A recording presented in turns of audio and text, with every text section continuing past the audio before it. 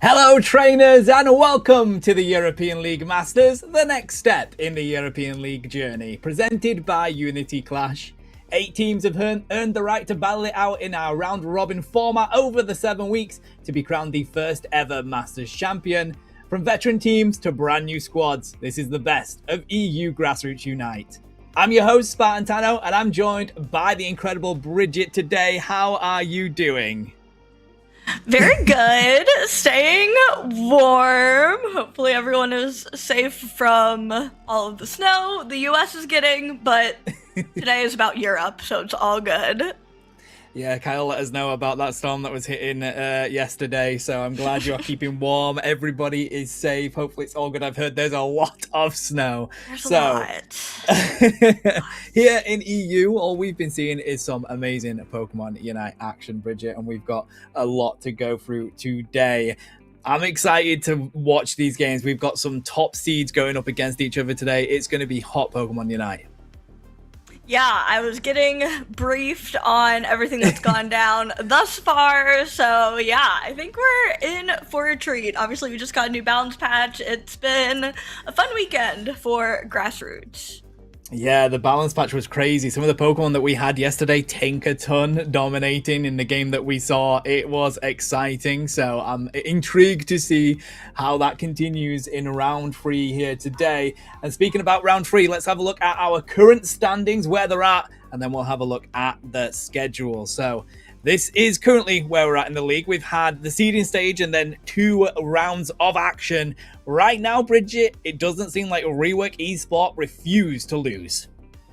Yeah, having not only one team, but 2 teams at the top of the leaderboard after that first day of competition is quite the flex, I will say. So looking forward to seeing how they do today and what these other teams can cook up now that maybe the nerves of that very first league day are shaken off.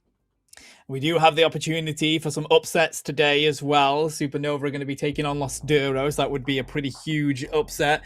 And we will see Phantom Forces searching for their first win as well, chat. Let's have a look at the rest of the games that are going to be going on today. We've got 4 to be bringing you as always. We'll kick it off with Supernova taking on Los Duros, looking for that upset. Although Los Duros were extremely impressive yesterday. Thank You Todo will be taking on Rework Esport Core, and that's a very interesting one because both of those teams are up in the higher levels of this league so far. MTZ Esports will be looking to take on Team Int. I think that will be one of the most exciting games here today. That's where we witnessed the incredible Tinkaton yesterday. And Rework Esport Gear will be looking to take on Phantom Forces. So looking for your first win here, Bridget, going up against probably the #1 seed in the league so far is not an easy task for Phantom Forces. Yeah, definitely a bit scary, but that is kind of the beauty of the league format is obviously these players already, I'm sure, know each other and have played with and against each other many times, but the league really gives you that opportunity to learn and grow kind of together as a conglomerate of all of these teams. So you have to face everyone multiple times, and it's not like you get knocked down to a lower bracket or anything like that. So obviously the league standing definitely matters, but still a good opportunity for these teams to clash. That it is. Now, unfortunately, we don't have any stats to bring you this week, chat, but we obviously saw the action yesterday with the patch. Bridget, you've had a look at the patch. What's your most exciting thing about that patch? Exciting? Maybe all the mega nerfs, I would say. I mean, you have been teasing this Tinkaton to me. It was honestly not on my radar even a little bit going in to today, but now I feel maybe I should keep an eye out. I feel like things like Darkrai and Psyduck are very strong, but I would be a little surprised if they get through the ban phase. Are there any, I should have looked at this before we started, are there any blanket bans in this league? Not right now. Meowth is playable, but of course it just gets banned out anyway. We didn't see it once yesterday. We saw quite a bit Vaporeon, quite a bit of Mega Gyarados. Blastoise was pretty much either. It's the #1 pick here is Blastoise. Like, Nerf that Pokemon, I beg. And then Psyduck was played in every single game until the final set when they started to ban it out, Bridget. So wow. I'm very much expecting a lot of Psyduck today. Yeah, I mean, that thing was already a monster, and then apparently it was struggling, I think were the words to be used in the patch notes, which was a choice, but Duck even better, thank God. Hey, I am a Duck supporter, I empathize with them, so I like to see the Duck winning, even though it might be unethical. I very much don't, but I'm not a fan of the Duck at the. I mean, it's adorable. Don't get me wrong, Psyduck is adorable, but the buffs crazy. The Rapidash buffs came out as well yesterday. We saw a little bit of that action, and it was very good. It dominated in the game that it was using. Don't get me wrong, they had a comfy with it as well, alongside the Tunkaton. So but. Still, I looking at them, I think a little bit crazy with these buffs and nerfs, Bridget. The most interesting one is the Unstoppable that's been taken off Zacian and Blaziken. Now, it's now hindrance resistance. We did still see a lot of Blaziken yesterday, but you can tell the Unstoppable has been removed. It's a little bit crazy. Yeah, I tuned in for a little bit of Unity Clash / Ghatlue channel yesterday, and I was seeing the Blaziken, and I was kind of surprised. I was like, okay, maybe it's not quite fallen off. Obviously still has a really good secure, maybe on Kyogre map where you can hide in all that tall grass and do those sneaky big kicks, but yeah, I was curious to see if it still had any place in this meta, especially in such a contested role like top path, but we'll see if that still lasts today. Honestly, I feel like Cerulege is kind of strong right now as well. So I feel like mons that are on the up and up are likely going to be more relevant than Blaziken, but we shall see. That we will. We have the profiles ready to go so we can let you all know who is competing here. Right now, we'll have a nosy. Los Duros versus Supernova. Los Duros looking to continue their winning streak here.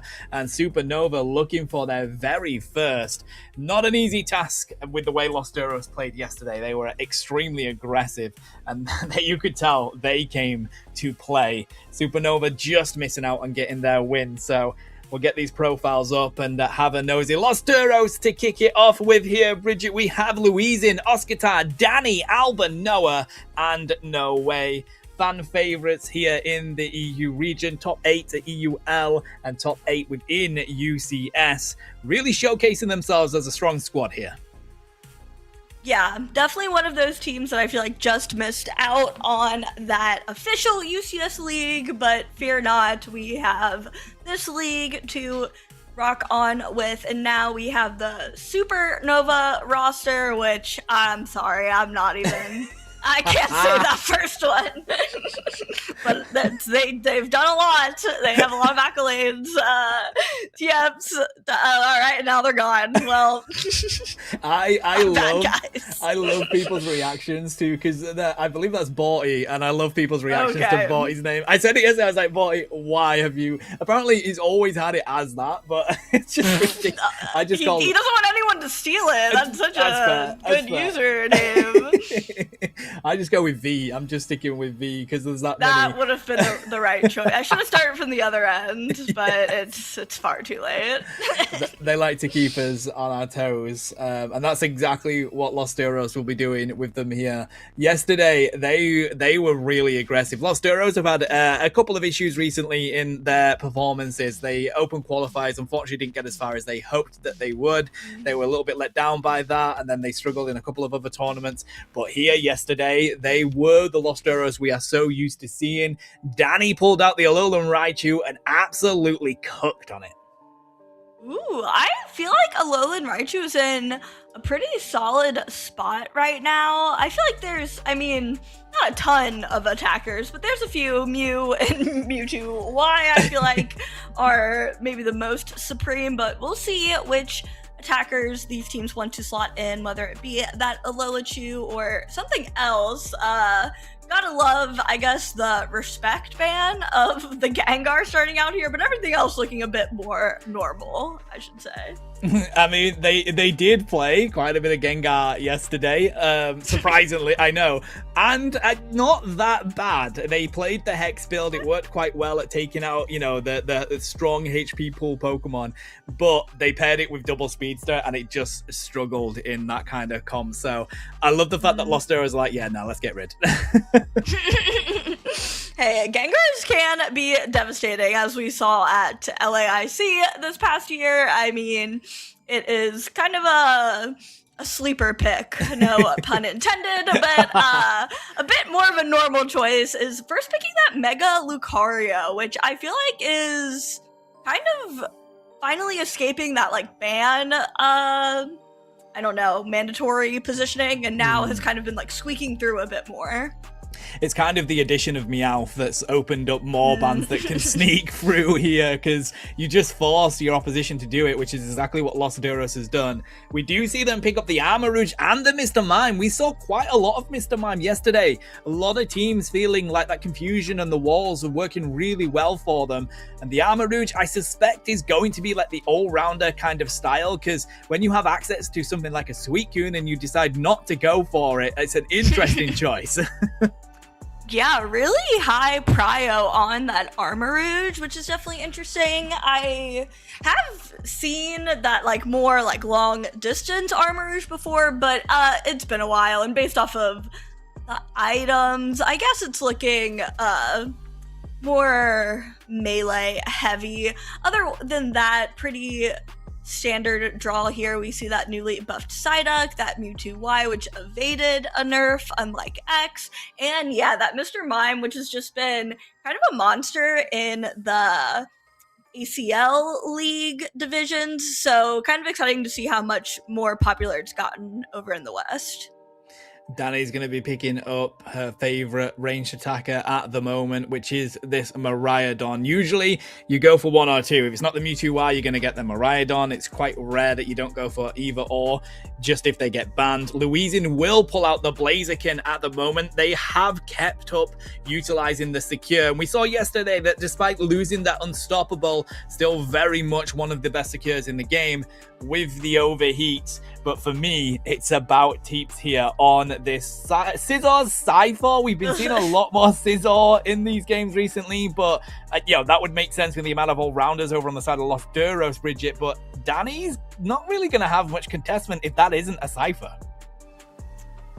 Yeah, very, very true. They kind of need something that's able to get to that Miraidon. Obviously, the Psyduck with Surf, if they opt for it, that build can kind of like slip away into that backline if needed, but Miraidon's pretty far back in comparison to the range on everything else on the other side, so it'll be interesting to see. I am not in a place where I'm able to accept that Scizor is a viable option, so I'm hoping that it's the Scyther, but I've been wrong before now, so we shall see. It has been frustrating to see a lot more Scizors in my game, to be honest. And, I think because this game is so heavily sort of all-rounder defender focused, very melee focused at the moment, and very crowd control focused. I think that's why we're seeing less of the Cypher, more of the Scizor. I'm with you, though.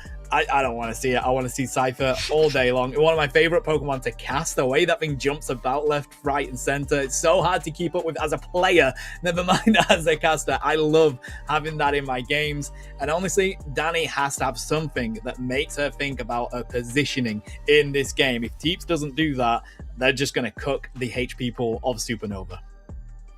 Yeah, very, very wise decision making, I think, but it'll be interesting to see how it all plays out. I just feel like there's so much more opportunity with Scyther, kind of like what you were saying. It just is such a higher ceiling of like what you are able to do, whereas I feel like Scizor is a bit more of like a baseline or like a straight consistent line, I guess. So we shall see. I'm excited to see the duck. I haven't really been able to see it in action since it got buffed up, so excited that it stuck through at least this round.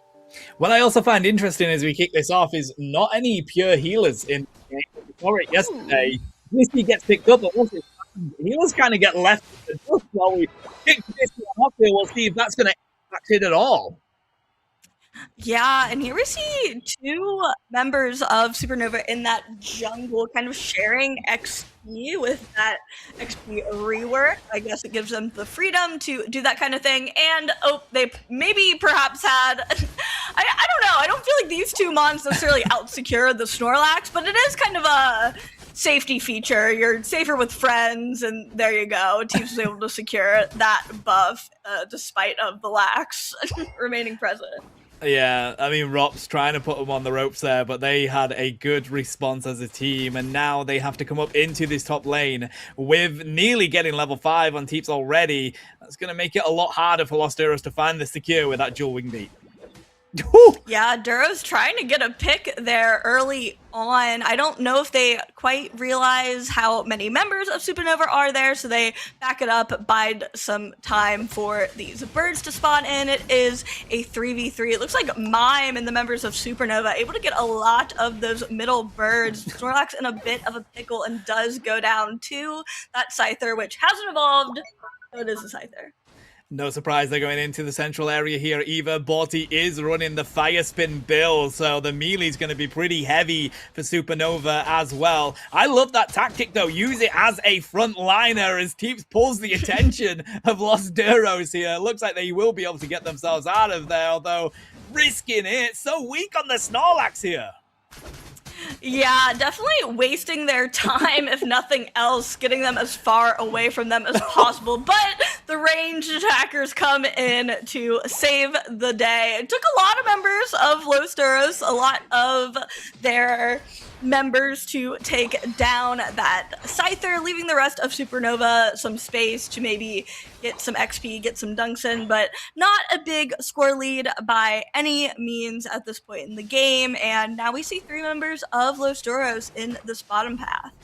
Yeah, this is going to be contested at the 720 marks. There's 3 apiece down in that bottom lane. Still looking for stacks is Oscatar at the moment. I believe looking at the thing, yeah. Only Oscatar and Louising are stacking at the moment. 4 Lost Duros down here, though. They're freezing. Just a little bit too much for Supernova to handle. They do get back to their pad. Yikes has now gone Mega, trying to see if they can get anything out of that. There's the dual wing beat. Louising gets so weak, but still gets back to the Citrus Berry. Yeah, these teams are doing a really good job keeping their HP bars from going to 0. They're getting close, they're getting very low, but Supernova even able to find some extra value upstairs. We're seeing the power swap come out from that Mr. Mime. I guess they're psychic. I was like, I thought I'd seen confusion, but I think it was just the big clap. Yeah, I mean, to be fair, it's one of those moves that will really allow your Amarous to stay up even longer in these fights, and that's exactly what they're looking for. Right now, the Lost Heroes, they're going to continue to push this bottom lane. Supernova trying to alleviate that pressure, doing the same up here. They've broken that pad, which, fair enough, opens up the experience for Lost Heroes, but that's why they're here in the central area trying to take it away. Yeah, now that top goal zone is broken, it just opens up that jungle even more, which Teeps has been in there even before it broke. Uses their Unite move even to try to push this Regieleki in, but it's not going very well as Mr. Mime does get KO'd, and the rest of Supernova does have to back it up. That's the issue without having any healers. We do see Teeps dive in pretty deep without their team there, and then as soon as Blaziken is in that fight, 1 overheat, you lose a lot of HP and not an easy way to get it back for Supernova. So they really want to be taking these team fights as a squad, because that's where they fail. Yeah, I mean, there's a lot of members of Los Duros down here with both teams having their tier 1 still up. It kind of leaves them in a bit of a standstill. But in the top path, we see Lucario bust its Mega Unite move, gets the KO again on the Mime. Not doing too bad in this 1v2. I'm not exactly sure what Armourouge is trying to bide its time for. Maybe they think they can win the 1v1, but I feel like when they're mega'd on pad, I don't know, maybe I'm coping, I don't know. I would leave, but it looks like he may not be able to get out at this point. Oh, the mime comes! Okay, he the clutched. power of the power swap. I mean, you were absolutely right. Gotta kind of stay out of the way of the Mega Lucario, trying to bait them in there. What a sprint up from Laura to enable them to find that KO. Now Supernova down in the bottom lane, looking to see if they can rip this Registeel. Teeps has the execute with the dual wing beat, trying to zone them out at the moment. Is going to be this Psyduck and Mime combo. Just manages to lock it in before the overheat does. Louising is caught up in the middle of the green illusion dive, and Lost Duros falling one by one have to go back to their pad looking to defend this, but decide, you know what, just give them it. Let's get that extra XP. Wow, huge momentum swing there for Supernova. I mean, they put that Registeel buff to work pretty quickly, getting 2 big KOs, able to break that bottom tier 1 goal zone. Lusteros able to at least get the trade with the Regieleki up top. And once again, we have this Lucario doing the Lord's work, but only 1 KO in the 1v3, which is still, pretty impressive. Yeah, I mean, considering how weak they managed to get the other two as well, that is crazy work. Psyduck here trying to cause some disruption, but just has to accept the fact that Lost Duros will break that pad. They did get endless ice spikes out of no way for that, so that's going to be beneficial for the next team fight they take. Body, that is ridiculous trying to take Yes. Up to no good, but I guess it does kind of scare the enemy team into not leaving that goal zone, and then that he's able to get away for free. I don't know, maybe there's some mind games there I'm not privy to, but so far it doesn't look like there's any major pushes going on. We do have a bit of a skirmish here, but kind of just scaring the enemy team away, making sure that Los Doros team members can get away pretty easily. Now we just have a bit of a staring contest going on from their sides of the maps. This is always an interesting part of the game because they get itchy, they want to go find KOs, they want to take experience away, and a lot of the time you give over some of your highest level Pokemon to the opposition. Smart decision by Supernova here to actually rotate down into this bottom lane, look for this Reggie trio that they could lock in. Los Duros didn't fancy any of that fight, recognizing that all 5 of them are down there. Yeah, I feel like that was good information that Los Duros was able to have. Supernova traveling as a unit, they do get this Reg Ice, but Duros getting some big dunks and now has the point lead going into this final fight. I believe we have Rayquaza as the first map of the day. Am I right or wrong? You are absolutely right. We are going to be having Rayquaza for the first maps of the day, and then the losing team, I believe, gets to pick what map they play next. No Way has to use the endless ice spikes before Ray's even on the field. What a way to play this aggressively by Supernova. Big Green Dragon is here. Los Duros positioning themselves on the top side of this pit. There's a power nap from the Snorlax. Good disruption. We got to get Mega Lucario in the middle of the pit. Has to eject out of the way here. Does, but just walks into the Cypher. Finds the KO anyway. Borty trying to do the Lord's work here, but Snorlax is pushing them out of the pit. Lola trying to find Osquitar, but it's so difficult with that Mega Lucario, and Mewtwo Y is sent back to Nurse Joy. Los Duros going for the rip on the Rayquaza here. Supernova trying to sneak on in, overheat, ready to go, and it's going to be Miraidon that finds it for Los Duros as they find the rest of Supernova. Dang, Duros just did that split play so well. Members of Supernova were so on that Mega Lucario, and I feel like the Lax kited them up out of the pit, whereas Miraidon and I believe Blaziken were just full ripping the Rayquaza, and lucky for them, they didn't have much range by the time Supernova went back down into the pit. They were on the top side of the pit with the Mime and the Duck. Obviously, Armarouge has that Psychic from the looks of it, but it has not exactly a Smite by any means. So, man, that was just really good timing for Los Duros and pretty bad timing for Supernova. The way the Osquitar decided to put that fight on his back and just try and clean up Supernova was insane. They threw everything they could at that Mega Lucario, refused to go down with the littlest sliver of health, and that was going to be Los Duros doing what they do best. They get the rip on using Danny and then getting it locked in with Louise. And Supernova, despite having a great game, it did feel like they were very aggressive and very strong in that one, Bridget. But Los Duros, I mean, they're a different breed when we hit that final objective.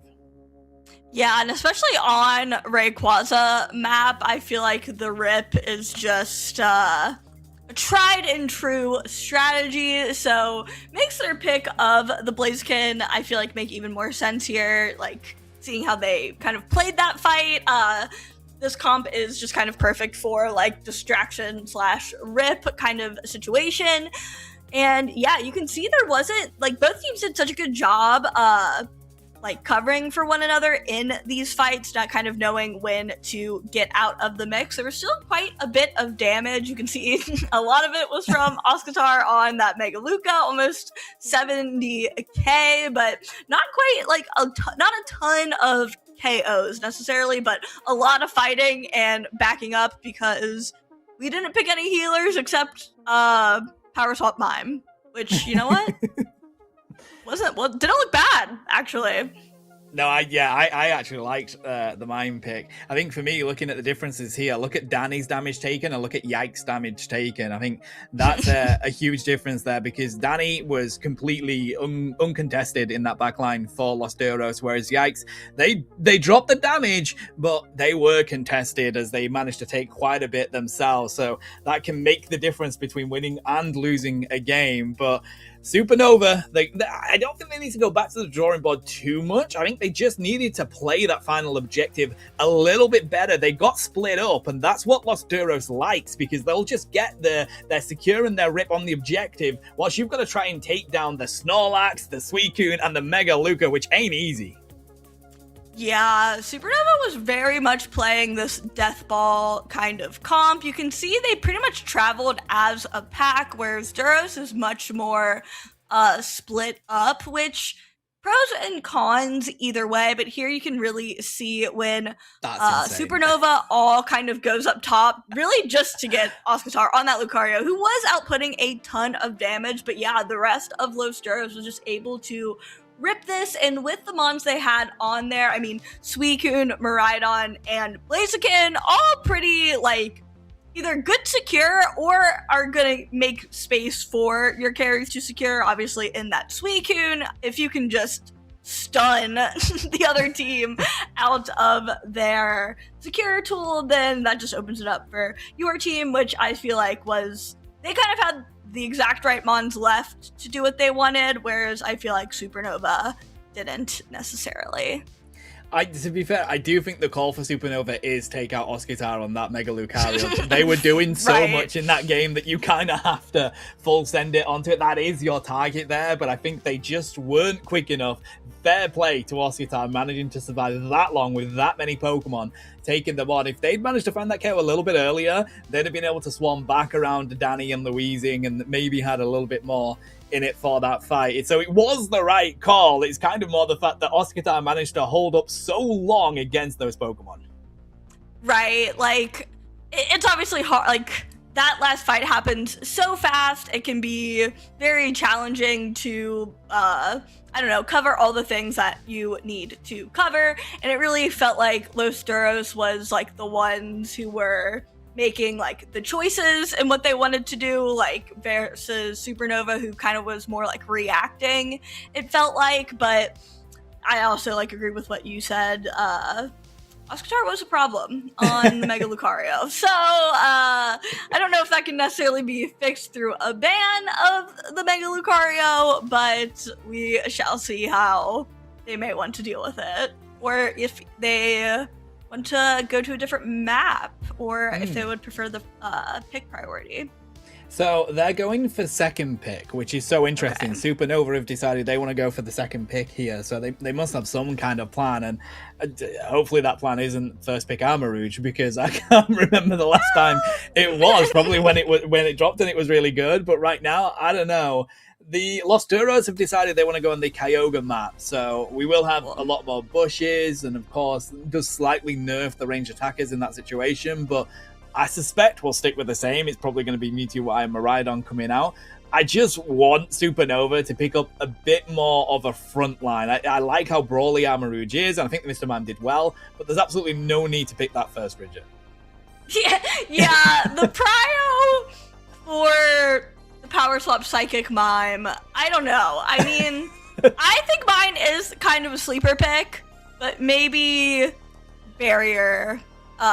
Confusion, obviously it's a very different play style. You lose out on that kind of like little bits of healing you get and like the stuns, I guess. But I don't know, if you go for an overall less like death ball of a composition, then I feel like Barriers has a higher ceiling for what you're able to do with it and succeed with it.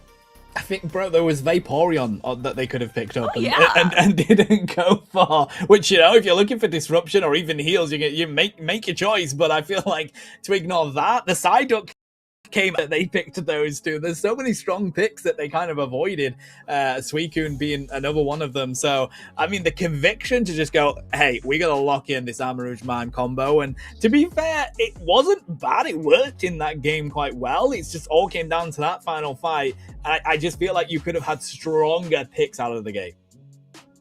Yeah, it's difficult when it feels like there's so many things that are just kind of overtuned more or less, but we shall see what they decide to do for this game number 2.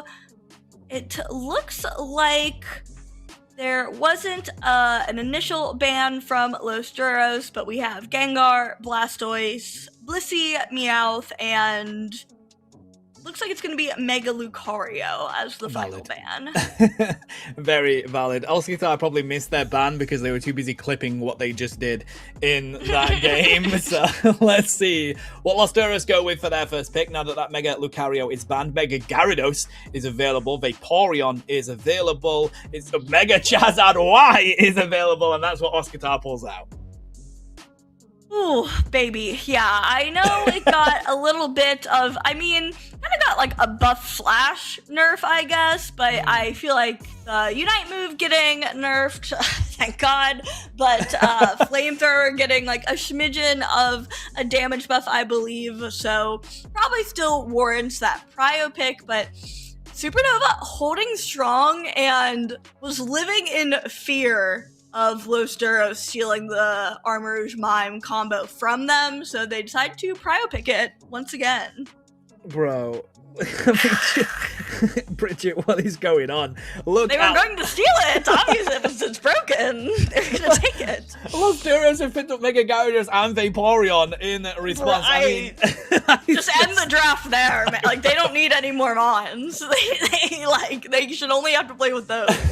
Like, it makes me really want to root for Supernova because that is such a massive difference in kind of meta Pokemon, I guess. Yikes has picked up the Rapidash now where she's back on the Psyduck. So going with some good meta picks at the moment is Supernova. Of course, it ain't all about meta. We do, you and me are one of the ones that is like Charizard Y takes a lot of experience to get going. And we've seen a lot of teams struggle doing that for that Pokemon specifically. So we'll have to see if Los Duros have a plan for that as Danny and Rops are going to pick up Mew and Snorlax. Yeah, I mean, I don't know. I just worry. Okay, I'm trying to see the vision. It does take a lot for Charizard and even Mega Gyarados to get online, but with like the trio of early game demons they've assembled, I don't feel like it's going to be too bad of a time early game. And I do really worry about the damage output late game for Supernova. I know the speedsters can scale, but like after you KO the Mew, what do you do? You know?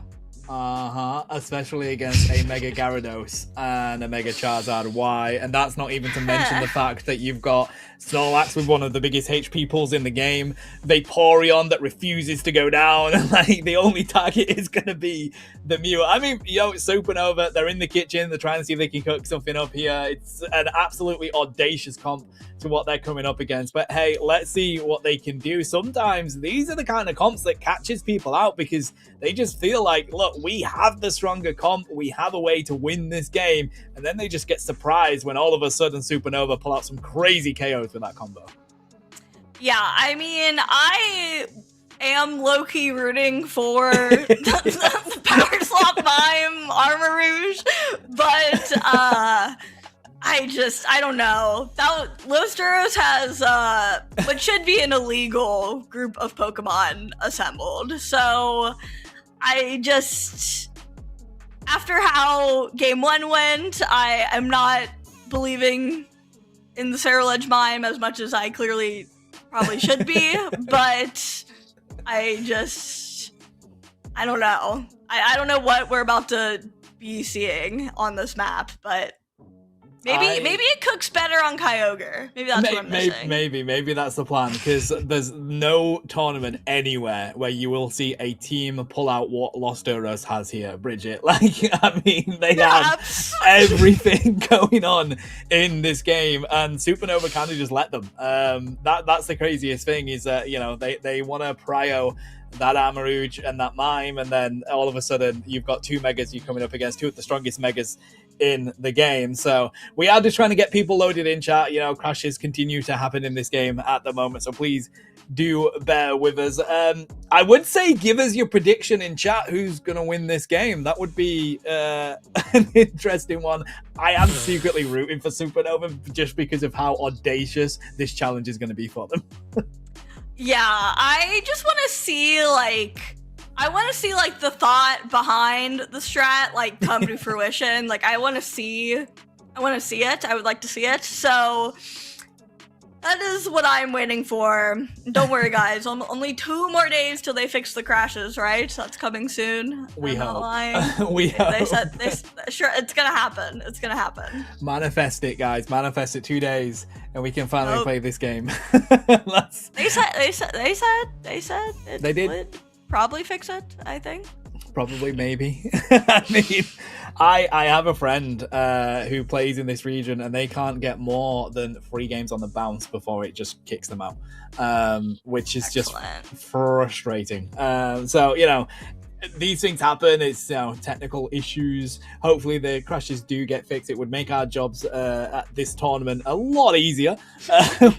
When you're creating this kind of content, it can be a bit of a nightmare, but I think we're ready to go. Here we go, Bridget. Let's kick it off. Currently, right now, Los Duros are 1 point up, looking to get 2-1 on the record for this league.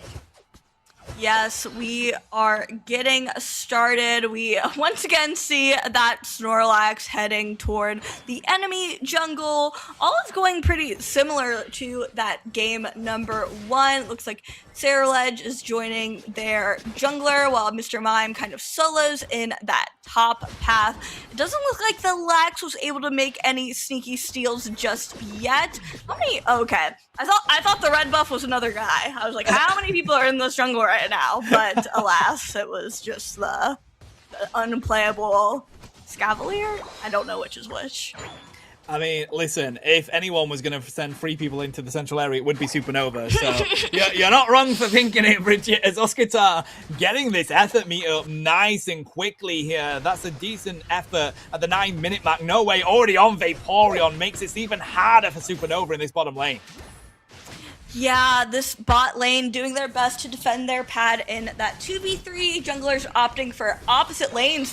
Psyduck actually gets a KO for Supernova in that bottom path, so that's huge, especially when you're at a disadvantage numbers-wise.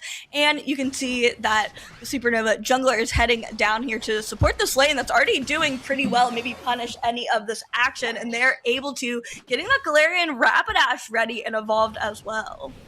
It's the right play. They have to go aggressive in the early game. Supernova's comp is so heavily early game. They really need to capitalize on that without having Charizard up yet, without them having access to those higher levels on that Gyarados right now. Trying to get away is Psyduck where she's sprinting in the fight though. Borty trying to pull the attention of Rops. They do get back to that Citrus Berry. Regidrago spawns on the field, but it's still going to be no way looking to take the fight. Yeah, we're just being a little bit of a demon on this Psyduck, that headache coming in so clutch, getting them that little bit of hindrance, and it was looking bad for Supernova, but they were able to turn the tide pretty effectively in this central area skirmish and secure that Regidrago. Their HP bars are low, but they're gonna back it up now and reset a bit to prevent any KOs from happening. I think the issue here, right, is that the second we see that Unite move coming out of this Charizard in a team fight, I'm not sure what Supernova can do to survive it. I do like the fact that the Psyduck has a direct counter to it, at least, if they pull out that full power Psy-II. But if you can bait that out, that's going to be a bit crazy, because Supernova, they're very squishy. Looking at the HP pool on these Pokemon, a lot of them are just glass cannons here. I know Armarouge has that Fire Spin, and they do have a little bit of self-sustain, but when it's in the air, battling you down, that's not easy.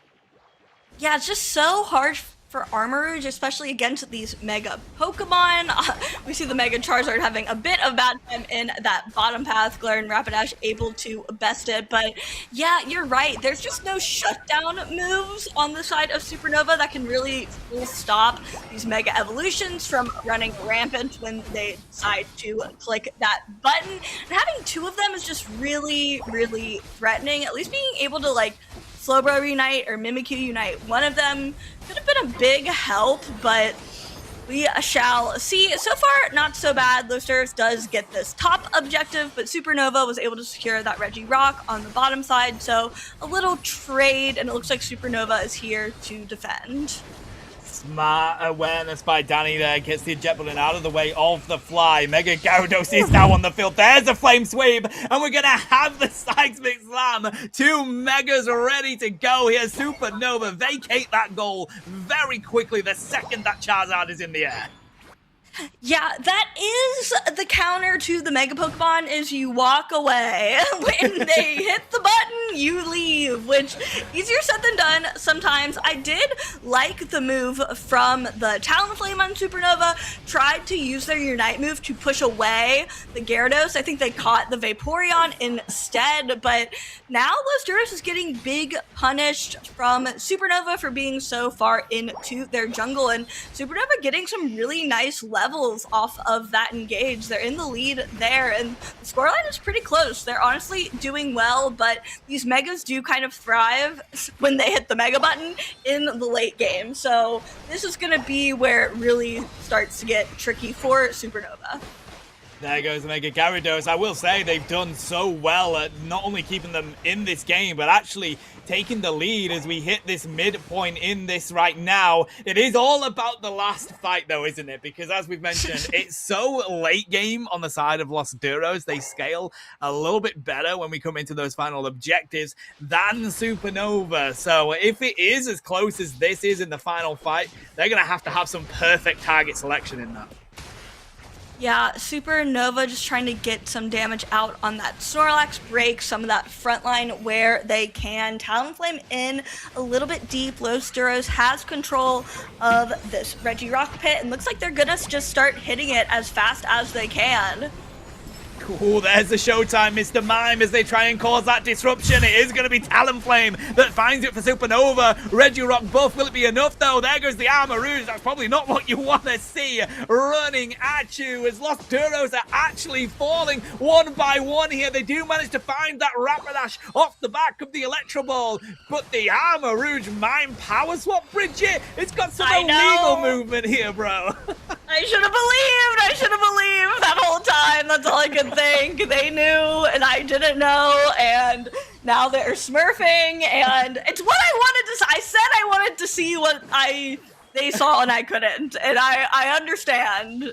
Maybe this is the Mega answer, and that's what they were expecting last time, but they get to show us now this time.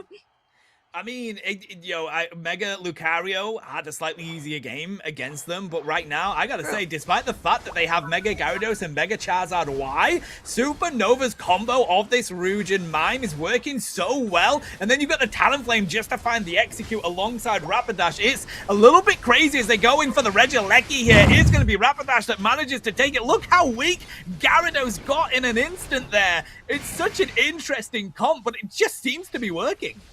Yeah, I love that they're using this Talonflame Fly as the secure, and obviously Rapidash is there to support it. Regieleki does walk in. Supernova gets to extend their lead and break that tier 1. Now the only tier 1 left on the map is on their side. Gyarados quickly approaching with a big 40 dunk that looks like they're going to be able to get. Yes, they do. Wasn't sure if the Talonflame could get there in time, but no dice. I was just about to say how nice of an advantage having that tier 1 up was going to be, but Gyarados also saw the vision and knew that it had to be gotten rid of. Vaporeon is now getting a little bit caught out, but with those dashes probably is able to escape.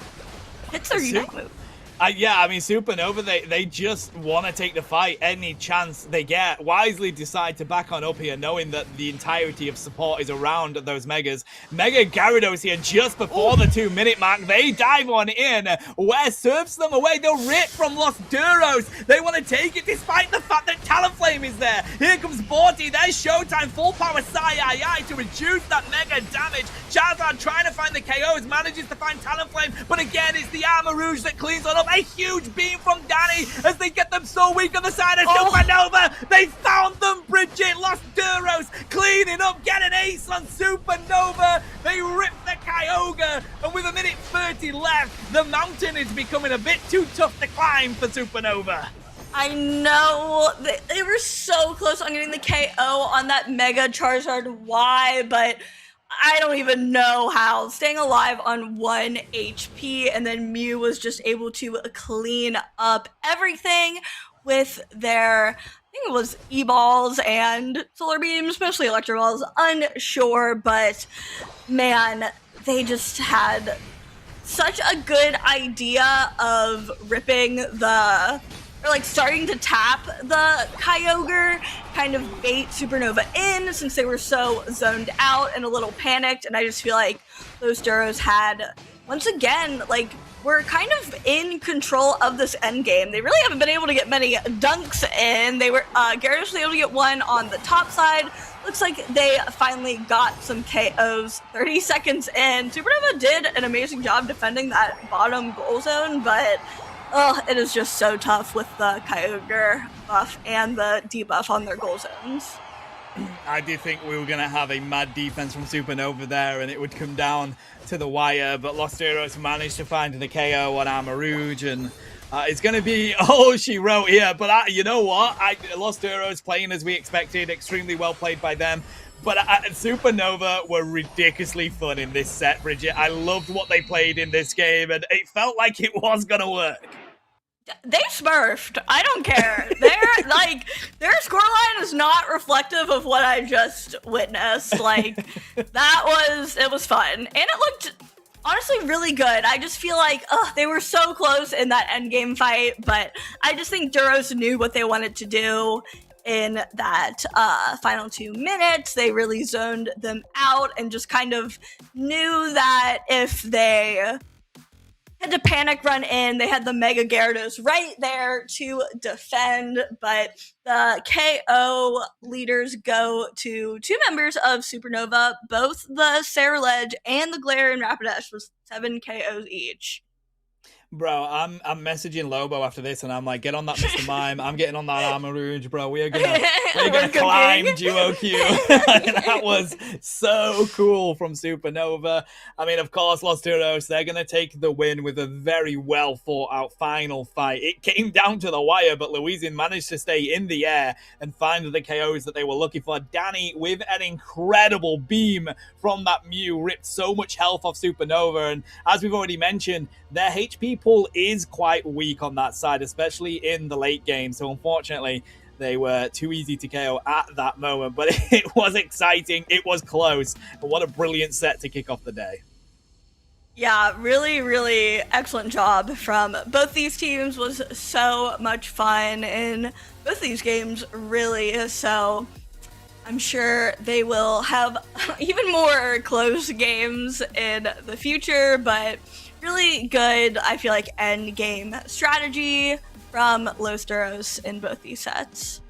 We are getting to the stage now, though, where Supernova have to be finding a win if they want to be making it to the playoffs. I mean, they're 0-3 at the moment. I don't think they can, risk losing another set if they want to make the playoffs. So it is tough, but I liked the strategy. They were up against it. They saw how Los Duros played yesterday, knew they were coming up against one of the strongest squads in the league, and they came up with a strategy that felt really good. Impressive play from them, and I hope we get to see them winning in the next round. Big same. Yeah, I feel like they really showed up. Here we can see one of those Reggie Rock fights where, yeah, Supernova just used that Talonflame secure so well. I do feel like they had better secure tools. I guess they're competing with a Mew with Electro Ball, which can be pretty scary, but the Talonflame was just kind of securing left and right up until this Kyogre. My question really is why Danny still has the Christmas hat on Mew. Like, we're currently in January, bro. Like, Danny's like, I love it, it's adorable. And it is. But, I mean, look at that. There was such a huge beam to begin with. Louisian tried whatever they could and managed to stay in the air. That's the thing. Because they couldn't find that KO, that was too much damage coming to the way of Supernova. So that is that set, chat. We've got more action to be bringing you. We're going to head to a quick break whilst we get it ready to go. Grab yourself a drink, grab yourself a snack. We'll be back with you very shortly.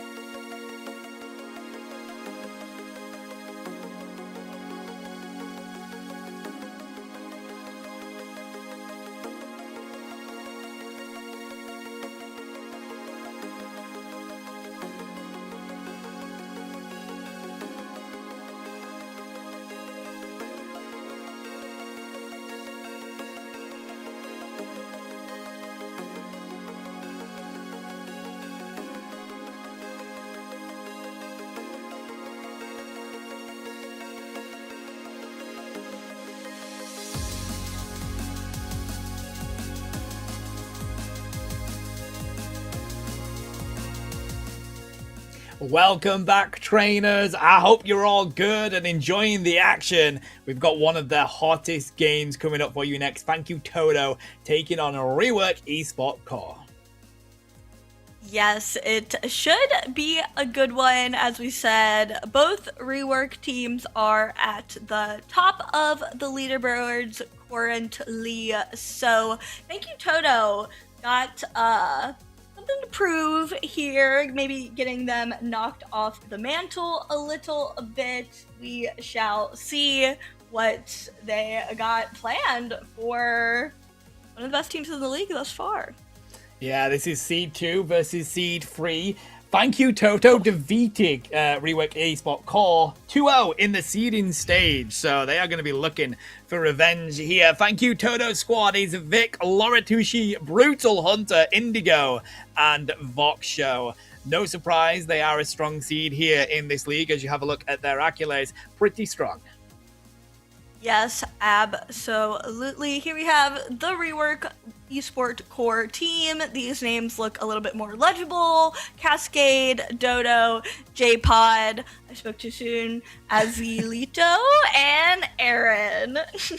Here we go. So yeah, this is going to be a big game. Rework Esport are the only teams here in this league that have not lost a game yet. Both of their squads, Gear and Core. Core did lose to Thank You Toto 2-0 in the seeding stage, and then Gear were able to defeat Thank You Toto. So they kind of developed a kind of love triangle that was going on since that seeding stage. Let's see if it continues today or whether Esport Core can prevail and get the victory over Toto. Yeah, it seems like it is very plausible, and I feel like it's so early in these like standings and things that all these teams are pretty well matched, I would say. So I think we're in for another good set here. It's kind of like the game 3 of their best of 3s. That makes sense. It absolutely is. And the thing is, everybody is looking at these Rework teams as the teams to beat. They're the only ones here that have 2-0 records. And if they come away from this week with a 3-0 record, I mean, they already have a target on their back here, Bridget, as the teams to take on. I mean, they will eventually have to go against each other. So, you know, they can't be undefeated in this league. But thank you, Toto. They will be looking to defeat them here and make sure that they catapult themselves to near the top of that leaderboard. Yeah, definitely needs to be done. Like you said, they gotta fall eventually, and round 3, Thank You Toto may just be the team who is able to get it done. I will be curious to see if we'll get any of the same draft picks from that first game. The Armor Mr. Mime might be a patented previous game situation, but the rest of the Mons I would imagine will likely see pop up once again. Yeah, I mean, these two teams know each other very well, so they will be wary of the picks that they need to take away from the opposition, whether they just stick with what we expect with banging out the Megas and the Vaporeons and the Meowths and all that kind of stuff, and then decide to go with their picks. I want to see Cascade has some brilliant all-rounders that they're capable of playing. I want to see Serena come out for that team. We don't see it anymore. They do play it quite a bit to Thank You Toto, so I want to see that action here. Yeah, I kind of forgot about Serena, not gonna lie. I mean, there's just so many all-rounders. Especially with like the latest like haul, I'm like, oh my god, like you guys just added like 6 in like 4 months. So much. Like, it is so competitive for that role, but maybe you'll luck out with the Serena here. I don't feel like it's too bad. I mean, it does have that shutdown unite move as well, which could be pretty useful, but we will not be seeing the duck, at least in this set, and Blastoise gonna continue to be on that ban list. Valid. I mean, people finally understanding the way the meta is at the moment. So Rework Esport Core are the top seed, so they're the ones that have been able to decide to go for second pick here, which is interesting in itself. Meowth will be banned out, Mega Charizard Y and Darkrai. You know what? That reminds me. We saw no Darkrai last set despite it not being banned, Bridget. Yeah, it was really just kind of fully ignored. Gengar, I guess, is the prio Ghost Speedster for those two teams, but we do see the Mega Charizard Y and the Mega Lucario being the Megas that are banned out from this game, so definitely leave some monsters on the board. Looks like, yeah, Indigo is going to go with that Vaporeon, who we saw put in massive work, and I'm not too surprised to see it prioritized here, but Rework Esport Core answering very quickly with the Mimikyu and the Umbreon.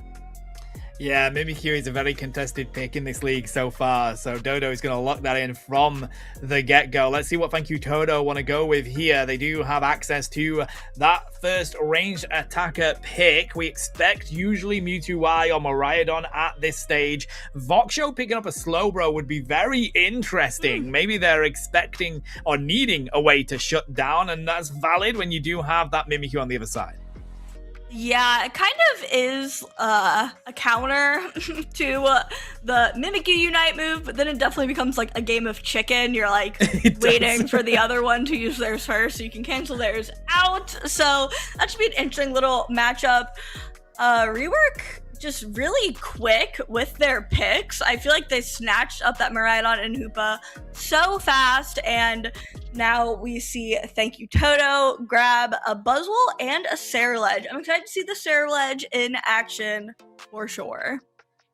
One of my favorite Unite moves to call out is Ceruledge. I think Revenant Rend is just such a pleasure to scream. So I expect Brutal to take the Buzzwole off Vic here, because that is one of their main Pokemon. Cascade is going to pull out the Empoleon. We did see a little bit of this yesterday, and you know what? Very good, especially in a brawl kind of comp. What Rework Esport Core are looking to do here, and it's very much the same on the side of Thank You Toto, is just put up such a good front line that these ranged attackers are looking to be uncontested in that back lane. Japer and Brutal able to drop a lot of damage and trying to make sure that they don't get approached. I mean, Dodo, that's going to be their number one target. Yeah, 100%. It's going to be interesting. It seems like both these teams kind of have like a more front to back type of composition. So positioning, like you mentioned, for these backliners is going to be crucial.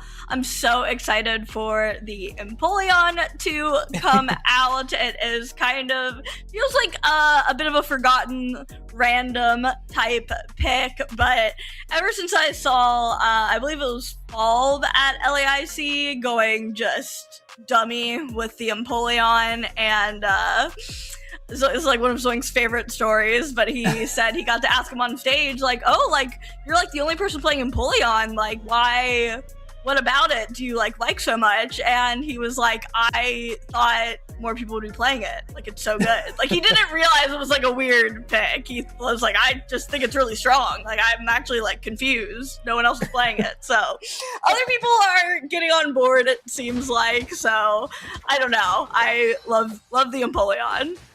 It's so valid though, isn't it? As we've already mentioned, there's so many Pokemon, and especially all-rounders, that are so good in this game right now that you will have situations where some of them kind of go under the radar a little bit, and, you know, people aren't usually playing it, but there will always be those pro players that are like, yeah, it's busted, bro. Why is nobody else using this? Yeah, I am excited to see what it's able to cook up in that top path. We do see the Hoopa making an invade and already has that red buff and is just strolling along. I don't even know if Armor Rouge realized the buff is gone. Maybe he does, not sure. The team will let him know now. If not, because Hoopa has just made its way up top to help defend against this Vaporeon, who just seems like they're trying to waste time, get some information for the team, but they actually let them back for free. I kind of like this, though. You don't want to waste too much time being there and allow more stacks to come through from Vic. You do not want a Buzzwole hitting level 5 before these 850s are with a stack. So you've got to make them work for it. That's what they're going to try and do here. Do manage to grab some of that farm, though, so they do hit that all-important level 5 mark. Laura is here as well on the Ceruledge. Bitter Blade is going to cut through the defenses as Thank You Toto put some pressure on. Yeah, such a big steal from that Buzzwole, and getting the KO on the Hoopa, who does have that portal move, makes it so that they can't bring their teammates up in that top path for help. We even see Indigo going in to this enemy jungle, but luckily Hoopa was there to help out the cause. But man, Vaporeon is a Pokemon. It is just running around doing whatever it wants. 4 members of Rework made an appearance before it finally goes down. Absolutely audacious. I mean, Cascade at the moment on Piplup is looking for an evolution, desperately needs it right now. Under the 8-minute mark, Regidrago is going to be ripped here by Rework Esport Core as they look to get it. Or even Ari, we're on Rayquaza, right? So no, there is no Regidrago. They will rotate down. We're so used to saying it now, Bridget. I know. I haven't, like, casted the Rayquaza map, like, you know, since Groudon came, which it's crazy it's only been, like 4 or 5 months or whatever. Yeah. It's like, I feel like I don't even know this map anymore. I don't even know her. But yeah, no Dragos for us. And the Alecki and the Regiroulette will always be on their respective sides. We see Thank You Toto taking a lot of damage and does have one of their tanks fall in that Slowbro. Rework Esport Core has, I think, a lot of their members down here, at least 4 of them. That Primflup, maybe not having the best time against the Buzzwole, but is taking one for the team, gives them the space to just rip that Registeel. Not an easy 1v1. Registeel will be huge here for Rework Esport Core. I mean, looking at the points, they need to cut down that score lead that Thank You Toto has been able to find. We're about to have the Ultra Swole Slam ready to go as soon as they pick up this Regieleki here. The entirety of Thank You Toto is up here to do just that. With a minute 30 before that home springboard is ready to go here, Bridget, it looks like Thank You Toto really want to push this. Yeah, I mean, at minimum, you gotta kind of see if you can try. If not, you can just run through the jungle. But they are fully going for it. They have a couple of night moves if they want to expend them. But it doesn't seem like they do just yet. Miraidon trying to actually pinch, but finds himself in a bit of a pickle. Does get knocked out by that Mewtwo. But in this kind of awkward positioning, and Polygon's able to get a KO. Buzzwole now picks up a KO. I think they've successfully driven them out of their side of the map. I mean, Cascade, the caped monster here, finds a KO on Slowbro. Wise by Brutal to keep out of the way on this Mewtwo. Why? I think this Empoleon is putting in an absolute shift at the moment, and Thank You Toto have to reconsider their approach whenever they see it. Enhanced charge being thrown onto the T1 pad of Thank You Toto right now. Wisely though, Rework Esport, they're just letting Dodo go and grab as much experience as they can. They have managed to hit the highest level in this game so far. Yeah, that Mimikyu is looking very big and strong. I guess Miraidon is on par with the enemy attacker, but probably wouldn't mind tries to get the rest of their team down here after they break that tier 1. It may not even be necessary. Actually, they showed up. They showed up. I'm like, I don't know if they want to be here. I mean, they definitely weren't needed. They got the...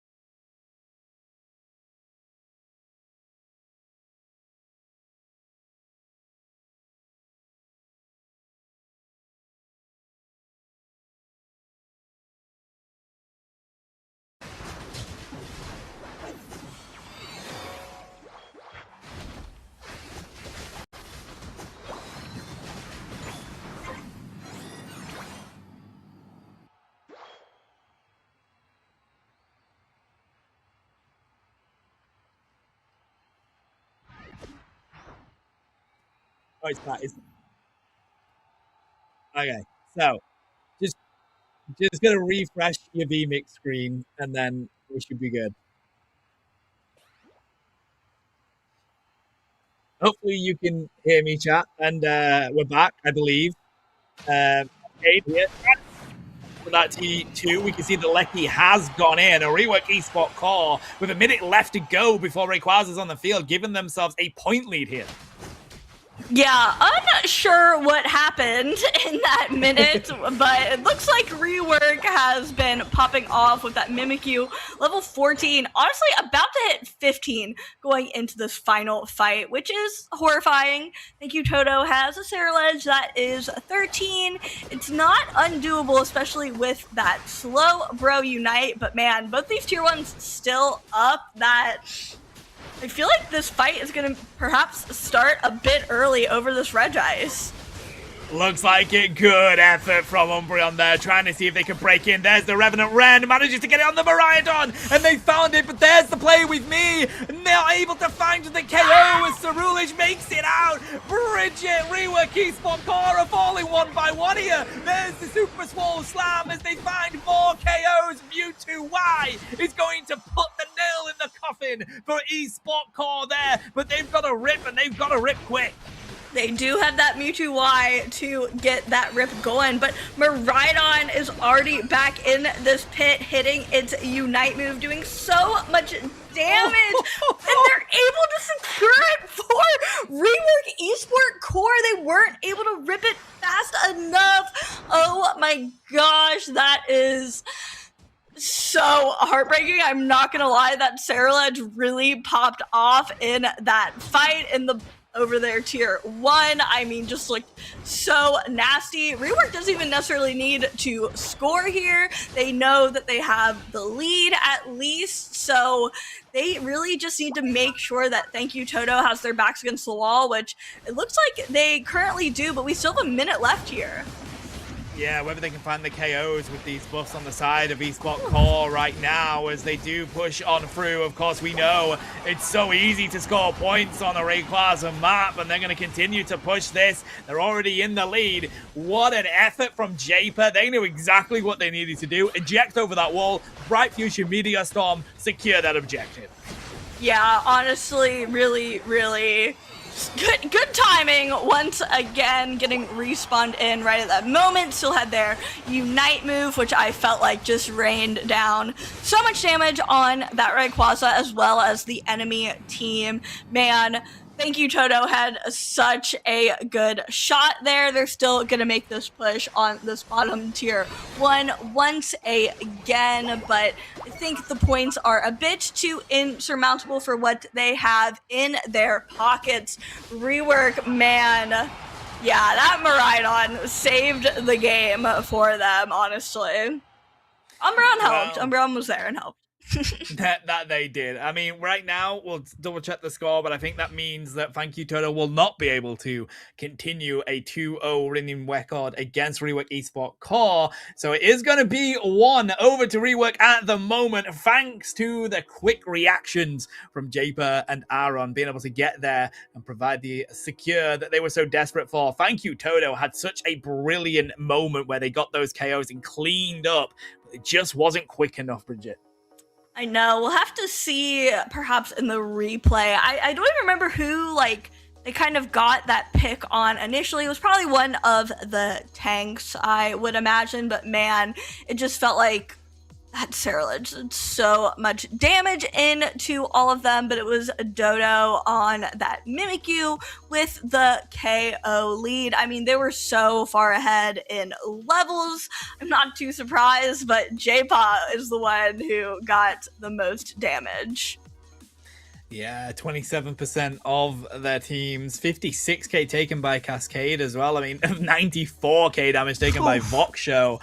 That was a really contested game between these two teams. They were fighting for majority of that, and just a little bit quicker, a little bit closer to that objective coming in. And Thank You Toto might have been able to get that rip off. I know. I really kind of thought that Mewtwo Y would be able to kind of like turn it and burn it like so fast, but I guess it was full HP, and J-Paw was like, I don't know, already like respawning by the time they got to it, so the timing was just a little bit rough. Here we see that Regieleki trying to be pushed in on that top side and kind of that awkward skirmish going on in the central area. Reggie still rip here with a Revenant Rend. Does land instantly, but Miraidon is just too quick with it. Japer, what an absolute effort they've put in this game with those Unite moves. Yeah, and being able to use them like this successfully for a smite is really cool to see. Ooh, Red Ice as well over for Thank You Toto as they try to get it. Oh, again, Japer nearly squeezing that one through, but it is going to be brutal. That managed it, and this is just at the 2-minute mark. So as you see, they do pick up Miraidon instantly. So their spawn time has already started now as they go and pick up Umbreon. And then it just at this moment, like 10 seconds before Miraidon is in. To be honest, maybe the rip isn't the call here.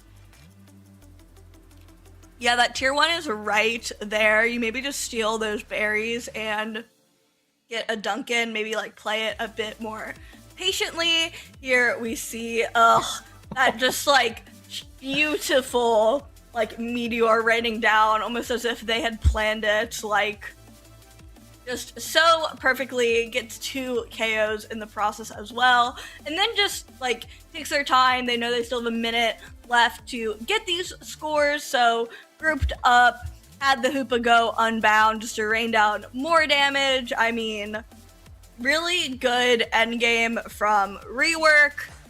Especially the Miraidon. I gotta say, the Miraidon kind of clutched up. I'm not gonna lie. Some of our production have just put a meme in the chat, and I absolutely love it. It's so irrelevant. It's a "don't make me tap the sign" one, and it says, "If you ace the team before rate, score before objective." And I think that may have been the plan there, Bridget, that they probably should have gone for. You got to keep an eye on those spawn timers, and as soon as you see they're going to be back with a Unite move as well, because you got to remember they KO'd Japer before they could use their Unite move. Yeah, it's a hard call, and you just kind of got to listen to your, shot caller in those moments. Like, it's worse to kind of like flip-flop, so if someone makes the call to rip, you just have to like go for it. So I get it. It's that's a tough one for sure, but they will have their chance at revenge, at least in this game number 2. I wonder if they'll seal away that Miraidon this time around. It just feels like it has been a bit more clutch than I've been seeing the Mewtwo Ys, at least so far today. Yeah, I think with the Miraidon, I think its Unite move is just so much better. The thing is, with Mewtwo, like the Unite move obviously has its place. It's great for stun. I mean, people try to secure with it, but it just doesn't do that much damage anymore compared to how it used to be. Whereas Bright Future Meteor Storm, the splash damage that it does is brilliant. It's good for just added damage level anyway. So it's kind of like between them both, you do have a lot more maneuverability on Mewtwo Y, and obviously the rip potential is the same as on the side of Japer, but I feel like the Miraidon has a little bit more range than the Mewtwo Y, and then the Unite move is just slightly better in my opinion. So for me, that should be the number 1 pick for ranged attackers. Yeah, I am definitely remembering the power of Miraidon for sure. Can't believe I forgot. I just feel like I've been seeing a bit more Mew lately, but Mew is a tough one. It is, you really have to have someone like very proficient on that guy to make it look as good as it can, but Mewtwo Y, they all have their different benefits. Yeah, I just feel like Miraidon's been kind of a bit of a game changer clearly in that last game. Yeah, with Mew, it's sometimes maybe good, sometimes maybe bad, depending on who's playing the Mew. So we do have some good, brilliant Mew players in this region. We'll see whether they want to look at that kind of attention going into game 2 here, because Thank You Toto, they're used to defeating Esport Core, but now they are on the back foot. Esport Core are going to be on match point, but if any game would go to a game 3, it would absolutely be this one. These two are so closely contested as teams. Thank You Toto, they're going to go really aggressive here. Yeah, I can definitely see that. I mean, they were looking pretty nasty. I'm not sure what like I would change about their plan for this game number 2, at least from like a composition, like draft standpoint. Yeah, I mean, I really just feel like you got to take away the Miraidon just to get them on something different. I mean, I loved their Sarah Ledge, though. I would kind of like to see that come out again, and it did pair really well with that Buzzwole, so they have some options here whether to switch it up or not, but we shall see as we enter this draft. So thank you, Toto picked Kyogre for the map, and Rework Esport Core went for the second pick in this one that we've actually seen them do before as well. It seems like this team at least really want that double strong first pick. Yeah, which makes sense. For our second pick can definitely be advantageous if you feel like there are a lot of broken Mon in the meta, aka there's not just one you want to steal away, there are two, so you're okay with maybe giving away that big one for like two also really strong picks. So that seems to be their preference so far on these bans. Things are looking the same, other than that Aegislash. One of these things is not like the other, but maybe they did like that's also strategy. Thank you, Toto may have done, since they have first pick. They wanted to like, I don't know, maybe pick the Mega Luca or the Darkrai and didn't want to like ban it, so they banned something random, and now they have the Darkrai. Well, they were hovering over the Mimikyu and went straight on to Aegislash. I don't know whether it was a slight misplay. I mean, don't get me wrong, there's players on the side of Esport Core that have played Aegislash before, but I think Mimikyu would have been a more important van. Dodo now has access to that. Aaron back on their Umbreon here. Thank you, Toto. Do pick up the Vaporeon. They've got two of the strongest picks in the game right now, and with the recent buffs, Trevenant is definitely up there amongst them.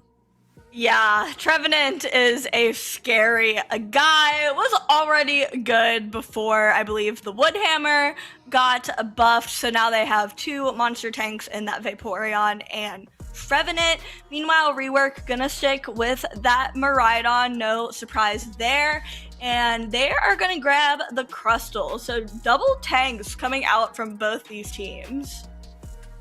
Brutal, I swear down. If you go for these Zoomer, I'll love can't. you, bro. I thought they were going to, but no, they go for the buffed Garchomp this time round. And a very, very capable Pokemon, but you do have to give it as much experience as you possibly can.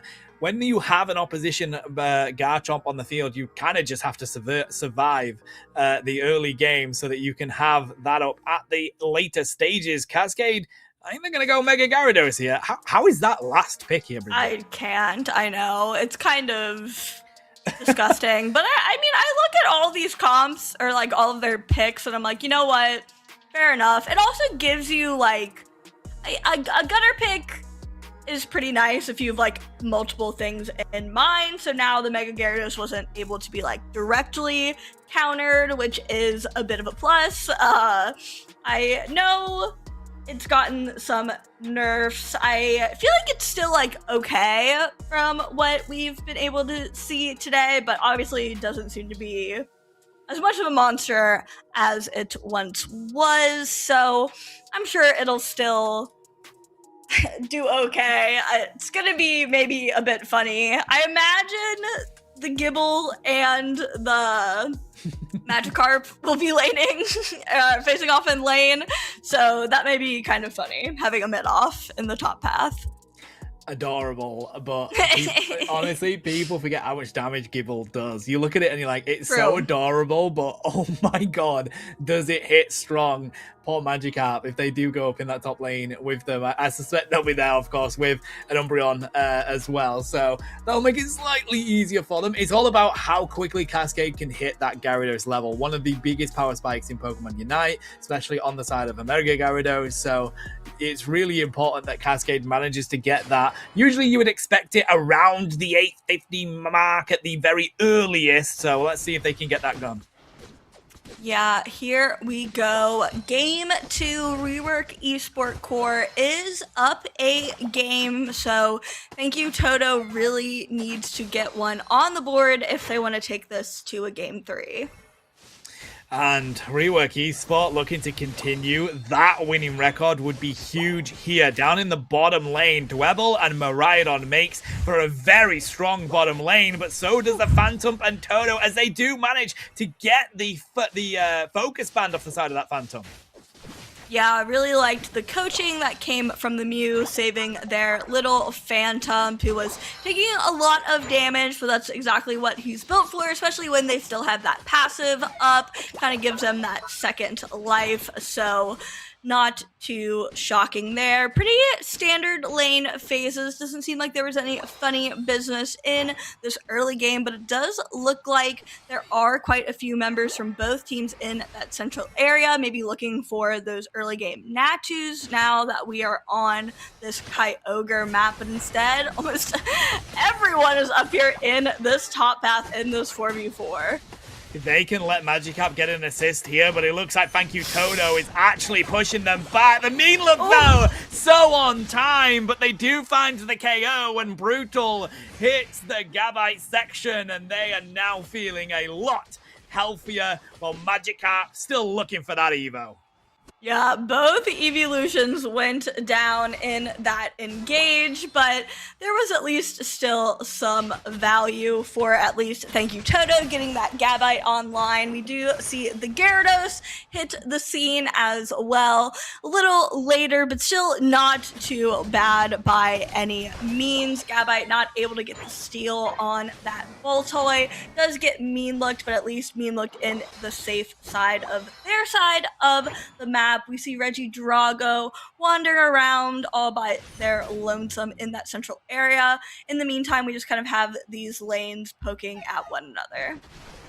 They want to stay fighting up in this top side, and the Regidrago is rotating up to them now. So that mean look is going to connect if they can get a quick enough rip. Oh my god, rip they do, as they do pull onto this pad now. Brutal is going to fall, so that is huge, as Esport Core are going to score plenty of points and rotate back to the Regidrago. Yeah, Dodo hitting both of those Shadow Sneaks, obviously, thanks to the initial mean look from the Umbreon, but man, just looking like a nasty combo of Pokemon from the side of Rework. Their Mimikyu is already level 9 as these first top and bottom objectives are spawning in. It looks like we're going to have a Regice on this bottom side. Trying to target the Miraidon is on the side of Laura, but instead they're going to go for the push onto the Regice right now. The rip comes through from Brutal. Japer with a good effort, but it's going to be locked in by Toto here. There's an Electro Ball. The Muted Auto goes through as well. Pushed up against their own wall here as Thank You Toto is cleaning up Esport Core. Mystical Mirage is used. Not sure it was absolutely needed, but they clean up anyone on the side of Esport Core. Loving this Mew from Toto. This is the Mew gaming I was wanting to see to contest with this Miraidon, and it's going off well. They were able to get quite a few dunks in, but now the counter KOs are raining in. They have to back it up quite a bit. A lot of Thank You Toto has fallen, so Rework gonna go for this Drago. Finally some attention to the literal like middle child of the Drago family, or the Reggie family, I believe. But finally some attention given.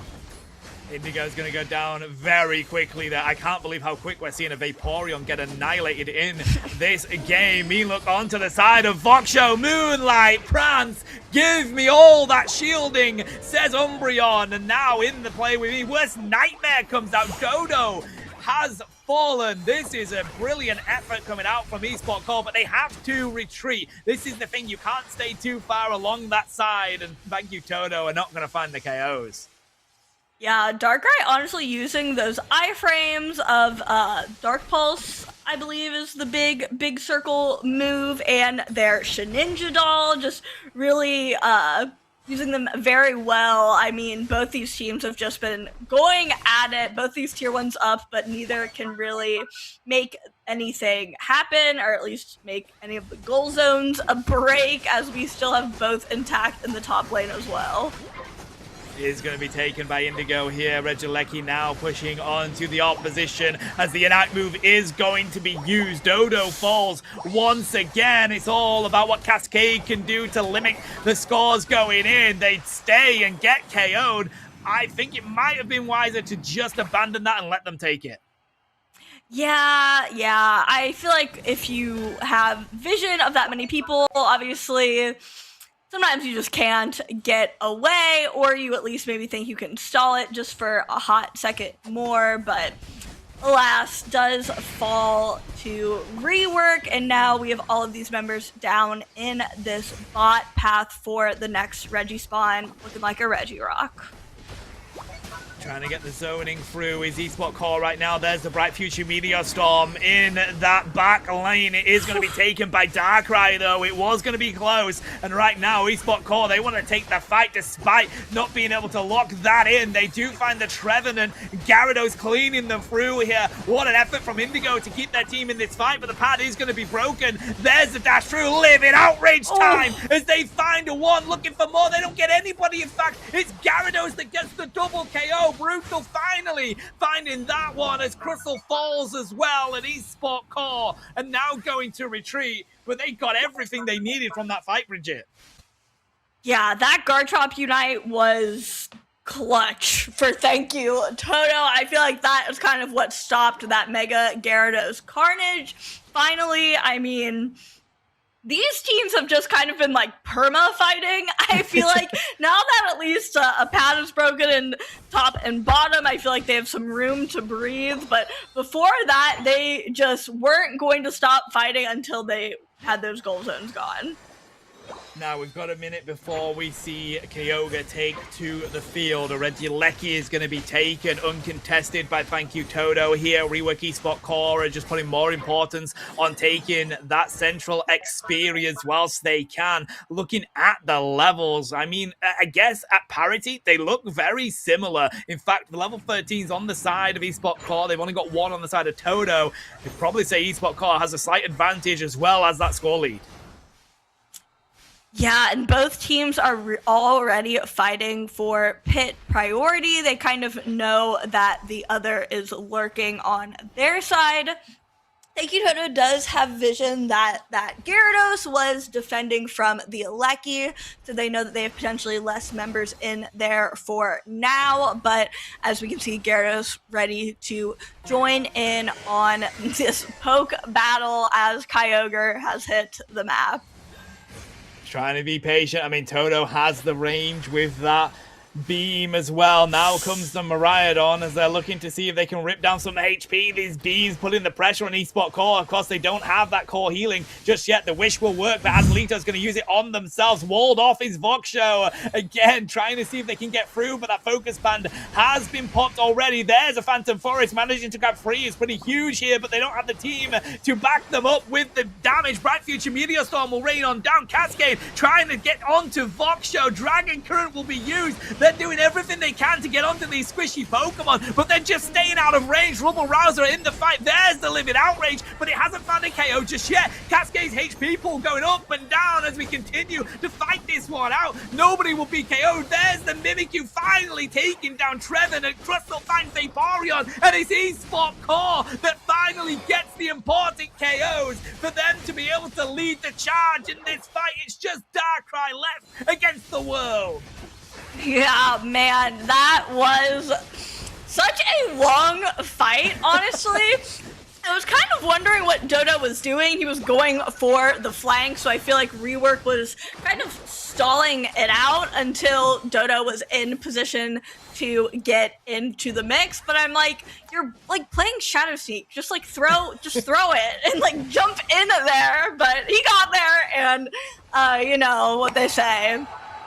Your timing's always right, because it's when you arrive, something like that. So, it was meant to be. It was all calculated.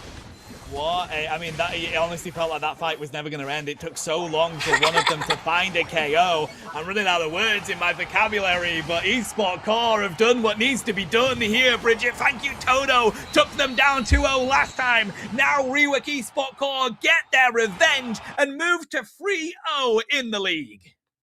What an insane record, but they played that endgame so well. You could see, like, they were doing such a good job of, like, pushing, thank you, Toto, like, to their side of the pit, really, like, quite literally putting their backs against the wall, but not, like, fully going for that engage until they knew everyone was, like, in positioning. Obviously, Toto tried to, like, push it to, like, push back into the pit, but at that point, I feel like Rework was like not like ready to be like, okay, now we're gonna go. They hadn't wasted too many resources yet, so they were able to capitalize on that 96k J-Pa on the Miraidon. Pretty nasty stuff, not gonna lie. I mean, doing the most damage in the game and taking the least damage in the game is a pretty impressive stat for your ranged attacker. Fair play to J-Pa there. I mean, it just shows the prowess of Miraidon. We were literally just talking about it there. And when you build a team like Rework Esport Core did there, where you can have a strong front line, it just allows Miraidon to do exactly that. Yeah, big shout out to both these evolutions. Had crazy high healing numbers and damage taken numbers, so those attackers can't not take damage without someone else taking damage. So really good, it tells me they had good positioning on where they wanted to be versus where they wanted their front line to be. I mean, thank you, Toto. They're not going to be happy after that set. They definitely didn't want to go down to a 1-2 record, and especially against a team that you've already beaten in a 2-0 fashion before. Just means Esport Core, they did their homework. They really found a way to win those final team fights. It was hotly contested throughout the entirety of it, as we're seeing here. All came down to that final fight, and in both games it felt like Esport Core, they just had what they needed. The way that J-Pa was able to get in that first one and find that secure, again doing the same in this one. Yeah, I feel like that Crustle was actually like so instrumental in that final fight, which I'm sure we'll see in a little bit here. But even right here, just like really crucial walls coming up now that the Crustal walls aren't bugged like they used to be. Obviously, the ranged attack here from, I think, Mew got the secure there. But in that endgame fight, I feel like things really start to turn for thank you, Toto, once Trevenant got stuck in a Crustal wall, couldn't really back up, and was one of the first dominoes kind of to fall for the squad. Here we can see, yeah, the Trev I think the Trev went to engage there, and then, yeah, got fully stuck. I think the Crustal wall I'm thinking of was in the pre-fight, but nonetheless. I mean, it's a good effort. They managed to drop a decent amount of damage. The beams were coming in thick and fast from Toto, and with no pure healer. You got Azalito here on that wish, but of course they're going to use it on themselves as well. So it was tough when them beams came through. But Mega Gyarados gets so weak there, Bridget, but still comes out of that with a decent HP pool left, and then it's just a matter of cleaning up what is remaining on the side of thank you, Toto. It was a tough task in that team fight. 100%. I mean, even here you see there is the Darkrai, I believe, in that pit, trying to use their iframes to get that final secure, which is definitely very scary, but Rework able to keep calm and get the secure. Yeah, what an effort by these two squads. Rework is coming out on top. We are going to head to a break before we bring you the next action here in EUL Masters. Grab yourself a drink, grab yourself a snack. We'll be back with you very shortly.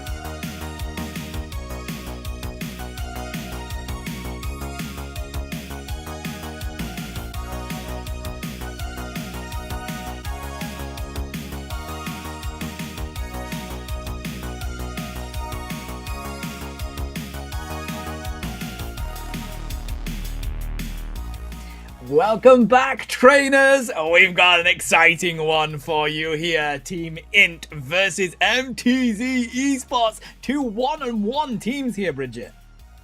Yeah, they are right next to each other on the leaderboard, so whoever wins this one will be going up in those standings. So a lot on the line here for this round.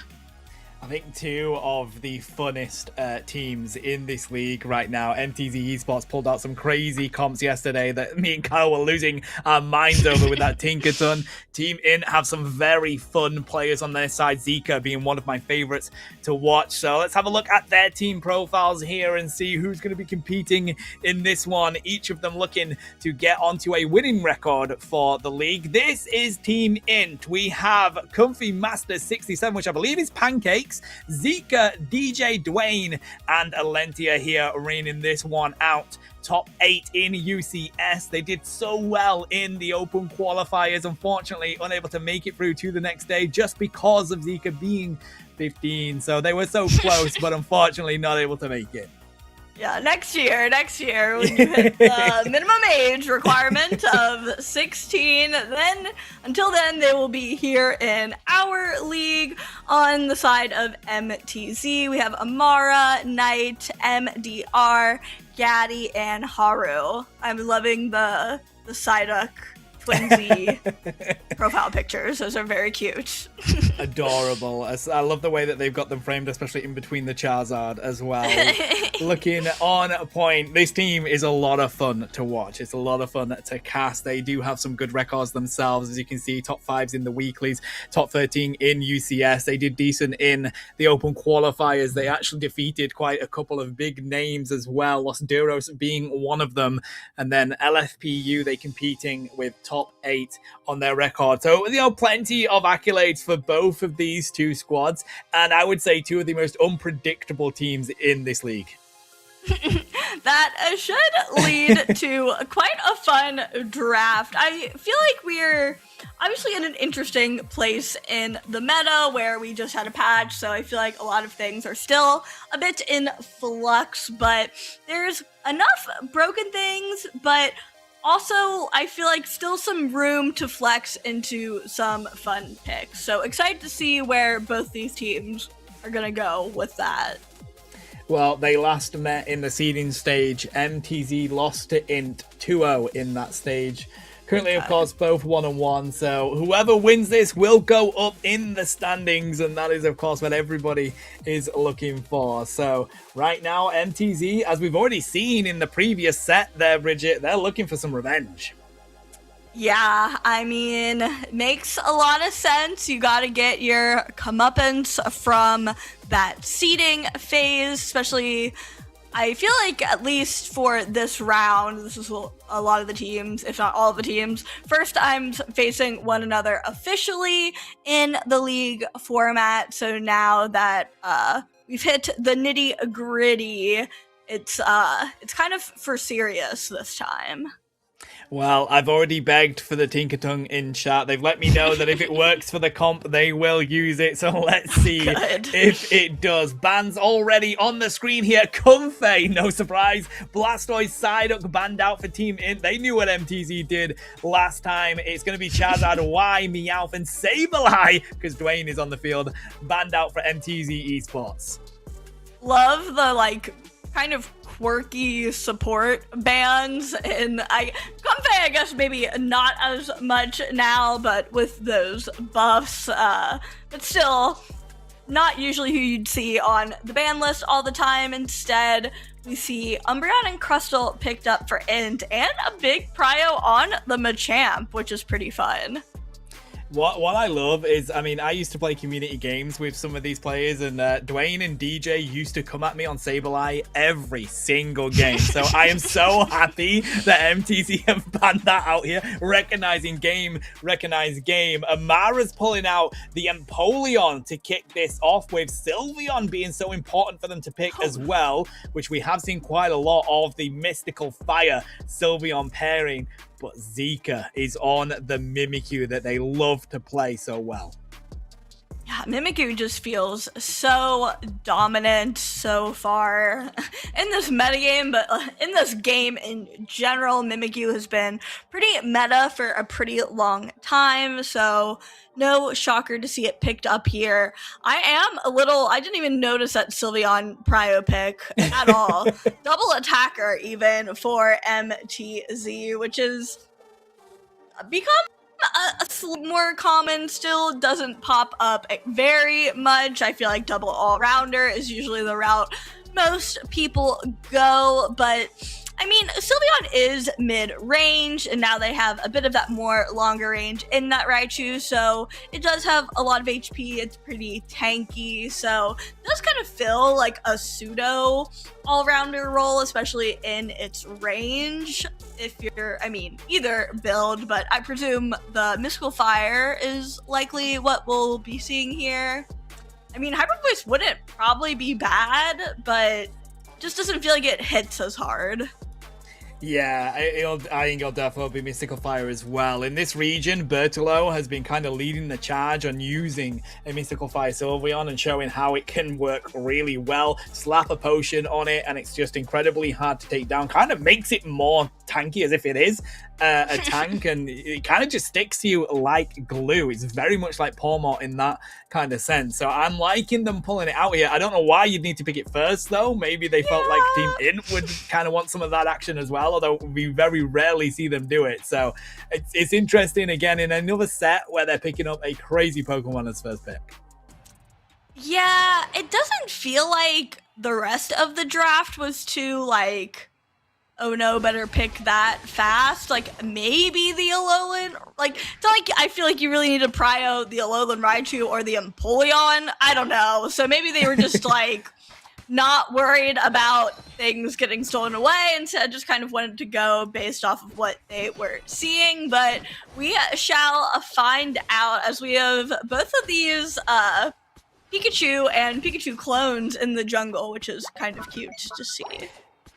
Yeah, it's going to be good power spikes for both of them coming into the lanes as well if they do manage to hit that Raichu Evo, and that's exactly what they've got. They got Sylveon online as well on the side of MTZ, so it's slightly working their way at the moment. Piplup finds a KO onto Machop as well. Dwayne desperately getting back as Zika spots this Raichu. Yeah, a lot of damage coming out from Team Int despite being down a player. Oh, big eject button from that Umbreon. Was almost about to be in a tough spot. Definitely do not want to get KO'd before these birds spawn in. Desperately needed Dwayne on Umbreon there, and it works for them as they do pick up a lot of that experience. Blissey will fall. Dwayne, get out of there, bro. You don't have Wish yet. You are so weak, as they tried to back away from MTZ's damage, but we finally have another Evo for Machop. Yes, definitely a little bit more online, especially compared to that Piplup, who is still just a baby penguin. But in the bottom path, we're seeing the Sylveon get a bit of success, able to get a KO on that Mewtwo Y, but they're going for dunks here, which was extremely scary. They're able to get them off in time. Luckily, we're able to KO that Crustle before it became too much of a problem, stealing away that Berry as well, and the Sylveon. I don't know if they have access to Draining Kiss yet, but if they do, they get HP from that. Yeah, they were just sending it out then, but it's difficult because they were definitely wanting to take this farm away. Oh, they do get the Citrus Berry from Haru. The mean look is going to be enough to find the KO, though. With that passive, it was not going to be easy to find them, but they do now. MDR still bringing the pressure with this Mystical Fire, but of course, Mega Mewtwo Y will make it harder. Knight has to dash over the walls coming in from Alentia again. 720s just about to come in, but they're already competing for the space.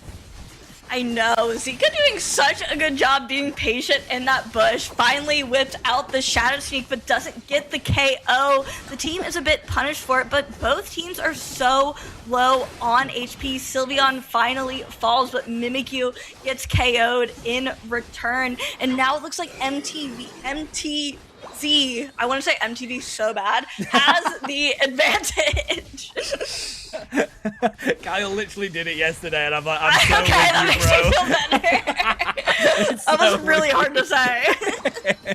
I will say they are fighting extremely well right now, finding some really good target selection, mainly aiming to take out the front line and exposing that weak sort of HP pool on the rest of Team Int. They are going to go for the rip here on the Regis, utilizing MDR to do just that. We do have Knight coming down there as well as Haru. Trying to zone them out already is Dwayne here, but they witness the power of Knight. Have to get out. Wish is going to be used. The rip on Regis continues as Haru is like, you ain't coming close to this objective.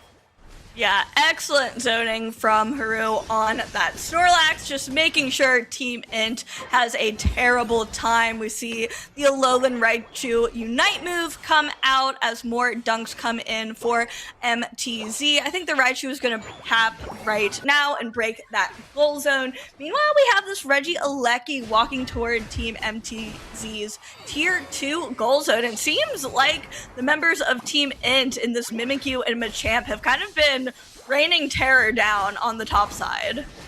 Yeah, it's worked for them. Oh, barrage blow against Free, but unfortunately the heals come through. Blissey saving MTZ from the punishment of Machamp there. And Team Int right now having to go on the retreat yet again as MTZ look to hunt them down. I do like the fact that despite all the fighting we were witnessing in that bottom lane, Team Int were putting a lot of importance up here to the point where they do have the lead.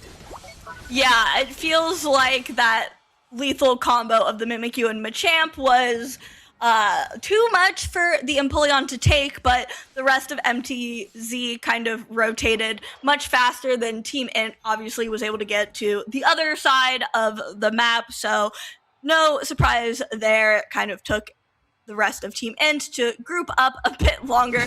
We have Haru shaking and wiggling in that enemy central area. Blissey is trying to think if they can get a helping hand to get them out of dodge, but instead we're going to see the Snorlax Unite move just to make sure the rest of the team remains safe. Yeah, I mean, use it whilst you can, I guess. MDR is going to fall down here. The amount of lockdown that Team Int have is so incredibly good. I mean, you've got the play with me from the Mimikyu submission working so well. Me, look, the walls. It's been really good from Team Int, and that's been where MTZ have struggled very slightly, although the rest of the team fights have been going their way. Yeah, and here we see MTZ making just about a full team push on this top side. We do have Sylveon contesting in the bottom path. We'll see if they're able to have any success down there. But Mimikyu able to get that Registeel for the team, but I don't think they're going to be able to make much use of it in the top path. MTZ has their number, has fully zoned them out, and should be able to get this Regieleki. R.I.P. Blissey, though. Regieleki being a paid actor there. I mean, the thing is, like, MTZ definitely seem to be winning these team fights when they fight as a squad, but Team Int have just kept on scoring any way that they can alleviate that pressure, and that has kind of been led by Pancakes and by Zika as they now hit level 13. I mean, 248 points to 183. They've really been able to make sure that they take the lead in this game. Yeah, like you said, Mimikyu and Machamp have just done such a good job, almost off-laning, I feel like, throughout this entire game, making sure there's no stone left unturned. They want to be getting value on the map, and the other three members of their team kind of know that they need to find where the majority of the enemy is, so those two can kind of take advantage of where they are not. We still have about 40 seconds until this Rayquaza spawns in. Since this is our game at number 1, Rayquaza will be hitting the map, and MTZ is just all over this pit, and Int doesn't seem to be able to get in at all, at least not yet. It's almost like they're baiting them to go for it. Yeah. We keep seeing this Shadow Sneak landing, and they're like, yeah, come on in. Let's, the water's fine over here. 15 seconds before we have the Rayquaza on the field. Still keeping that vision is Team Int as they rotate into the top side now. I mean, no T1 pads up at all, so plenty of space to fight around this. Still trying to make sure that they have that vision with a sneak flank coming in from Machamp here, Bridget. Oh yeah, that is a scary position for Machamp. Either it's going to be so good, or it's just you're so far from the rest of your team. It leaves kind of a scary opportunity there. We see them come back in, but nothing too crazy happening. But now the Unite moves are popping off. All of them throwing at the moment. Thunderstorm Aerial's going to land. There's the barrage blow, but it seems to be MTZ losing their team at the moment. There goes the Mewtwo. Team Int still managing to keep on their feet as they start to clean up MTZ Esports right now. MDR holding strong in the mean look with the Mystical Fire. Look how weak they are on the side of Team Int, but they can't take down this Crystal. Haru trying to hang around this pit, waiting for them to get the heavy slam on through, and there it goes with the block, pushing them out, seeing who can secure it for their squad. But Pancakes refuses. Cross chop through the Rayquaza, locks it in for Team Int. I thought the Blissey on MTZ was gonna get it. Like, she was right there, and it was like an auto attack away. I could just see the slap happening, but Int clutch up that fight super well. They have a nice point lead. They have these shields which cannot be transferred over. Seems like they are in a pretty good spot to take this game 1. Yeah, I loved that entire game. I mean, MTZ was so aggressive and it was really working for them in those team fights. But Team Int had a plan. Let's allow our team to pull the attention of MTZ whilst our Mimikyu, whilst our Machamp going off lane. And that did exactly what they needed to do to give them the lead in that fight, forcing MTZ be the ones that have to make that approach. 10 seconds left now, not enough points for them to win this. Team Int smartly play that and they're going to be able to take game 1. Yeah, I don't think they have enough money in their pockets as it stands, and there is that timer. Maybe if there was 10 more seconds, they could get some more points from those KOs, but not enough time in this game. So Team Int gonna get the first game of the set. That was so much fun. I cannot wait to see game 2. And, you know, I will always give mad respect to MTZ Esports because they always throw some stuff into their comps where, like, you just don't expect it. You expect people to be playing the meta picks, but MTZ always bring out something that you just didn't think of. And I did enjoy the Mystical Fire Sylveon. I thought the pressure that MTZ were able to put on from the early stages, as soon as Knight was at Raichu, as soon as MDR was on Sylveon, it was very difficult for Team Int to start winning those team fights from that point. Yeah, MTZ looked great. Honestly, that Sylveon was really cooking, especially in the early game, of course, when Sylveon shines the most, but they were able to do their job super well. Just, man, it felt like that Mimikyu kind of was a bit of a difference maker for Team Int. Here you can see the points layout, obviously pretty close with Team Int, able to maintain such a strong point lead thanks to that Mimikyu and Machamp. Team Int are going to take game 1 as you have a look at the review here, the replays coming through, and every time, as I say, this is the perfect example of how this game went. Look at where Mimikyu is, look at where Pancakes is. They are off laning, grabbing that top lane punishment, whilst Team Int, just the rest of them grabbed the attention of MTZ down there.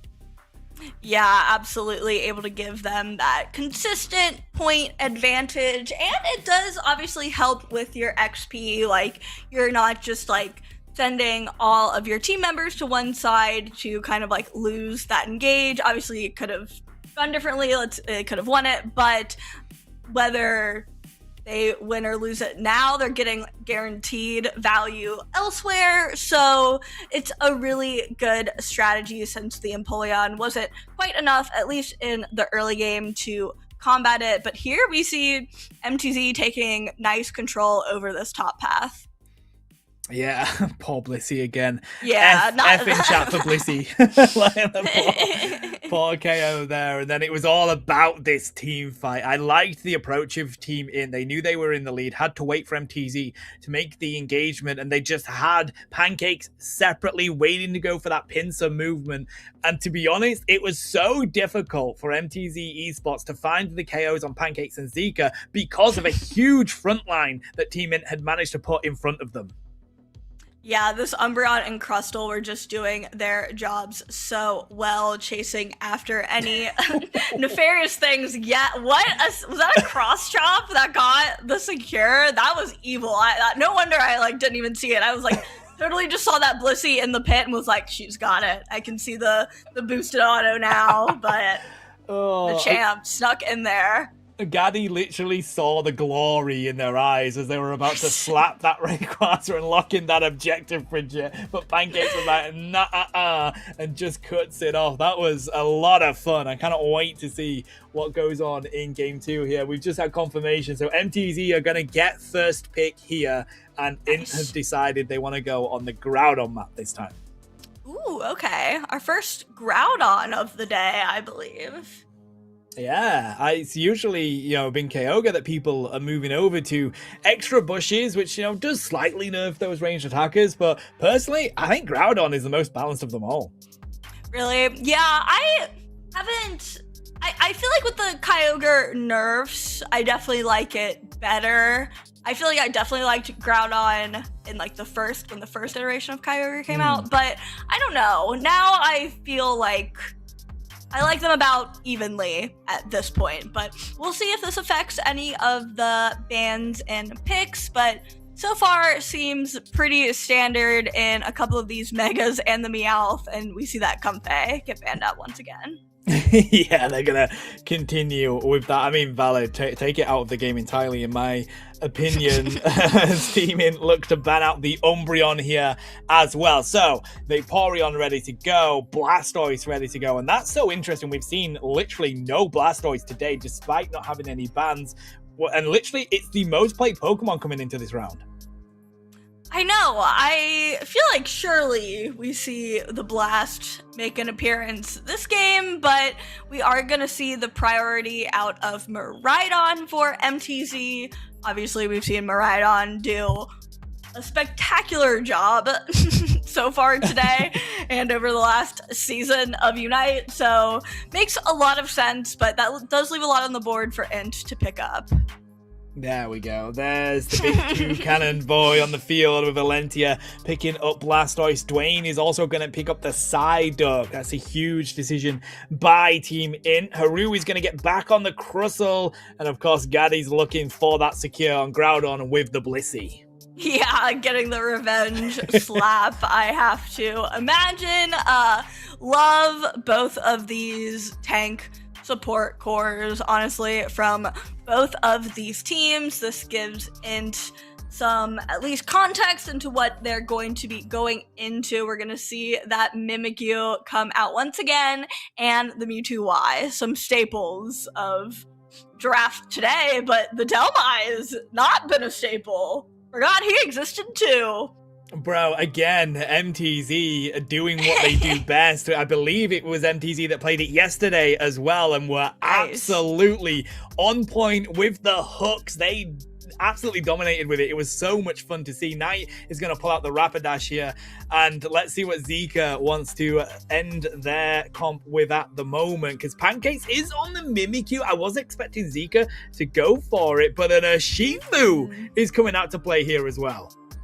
Okay, I am liking this pivot. I feel like really excited for the Glare and Rapidash and the Dhelmise combo. I feel like Dhelmise had such a fun release. Obviously got a little tainted with that 2 weeks of it being turbo broken, but has since been reined back in, and it's a really fun pick, but definitely don't see it all too often. So excited for all of the hook plays, like you mentioned. I was hoping they would go the hook. I feel like that is obviously a bit stronger in coordinated play, where you can actually tell your teammates it's, happening. So excited for that, but really curious about this Urshifu. Do you know if they prefer the Water Bear or the Dark Bear? I would say the water bear. I think the whole region is preferring water bear over dark bear recently, but you know, just never count it out, Bridget. Yeah, that's why I was like, I really don't know anymore. So honestly, I'm gonna ask you. With these teams, it honestly could be either. I mean, Zika is very comfortable playing those speedster-esque kind of Pokemon. That's where they excel the best. So I would expect them to go on the water bear. They do have the full heal, so that's kind of what I'm expecting them to play as, but we'll see. You can just never know until they actually pull it out. But this is going to be the second game of this set, chat. Let's see whether Team In can get their revenge, defeating MTZ 2-0.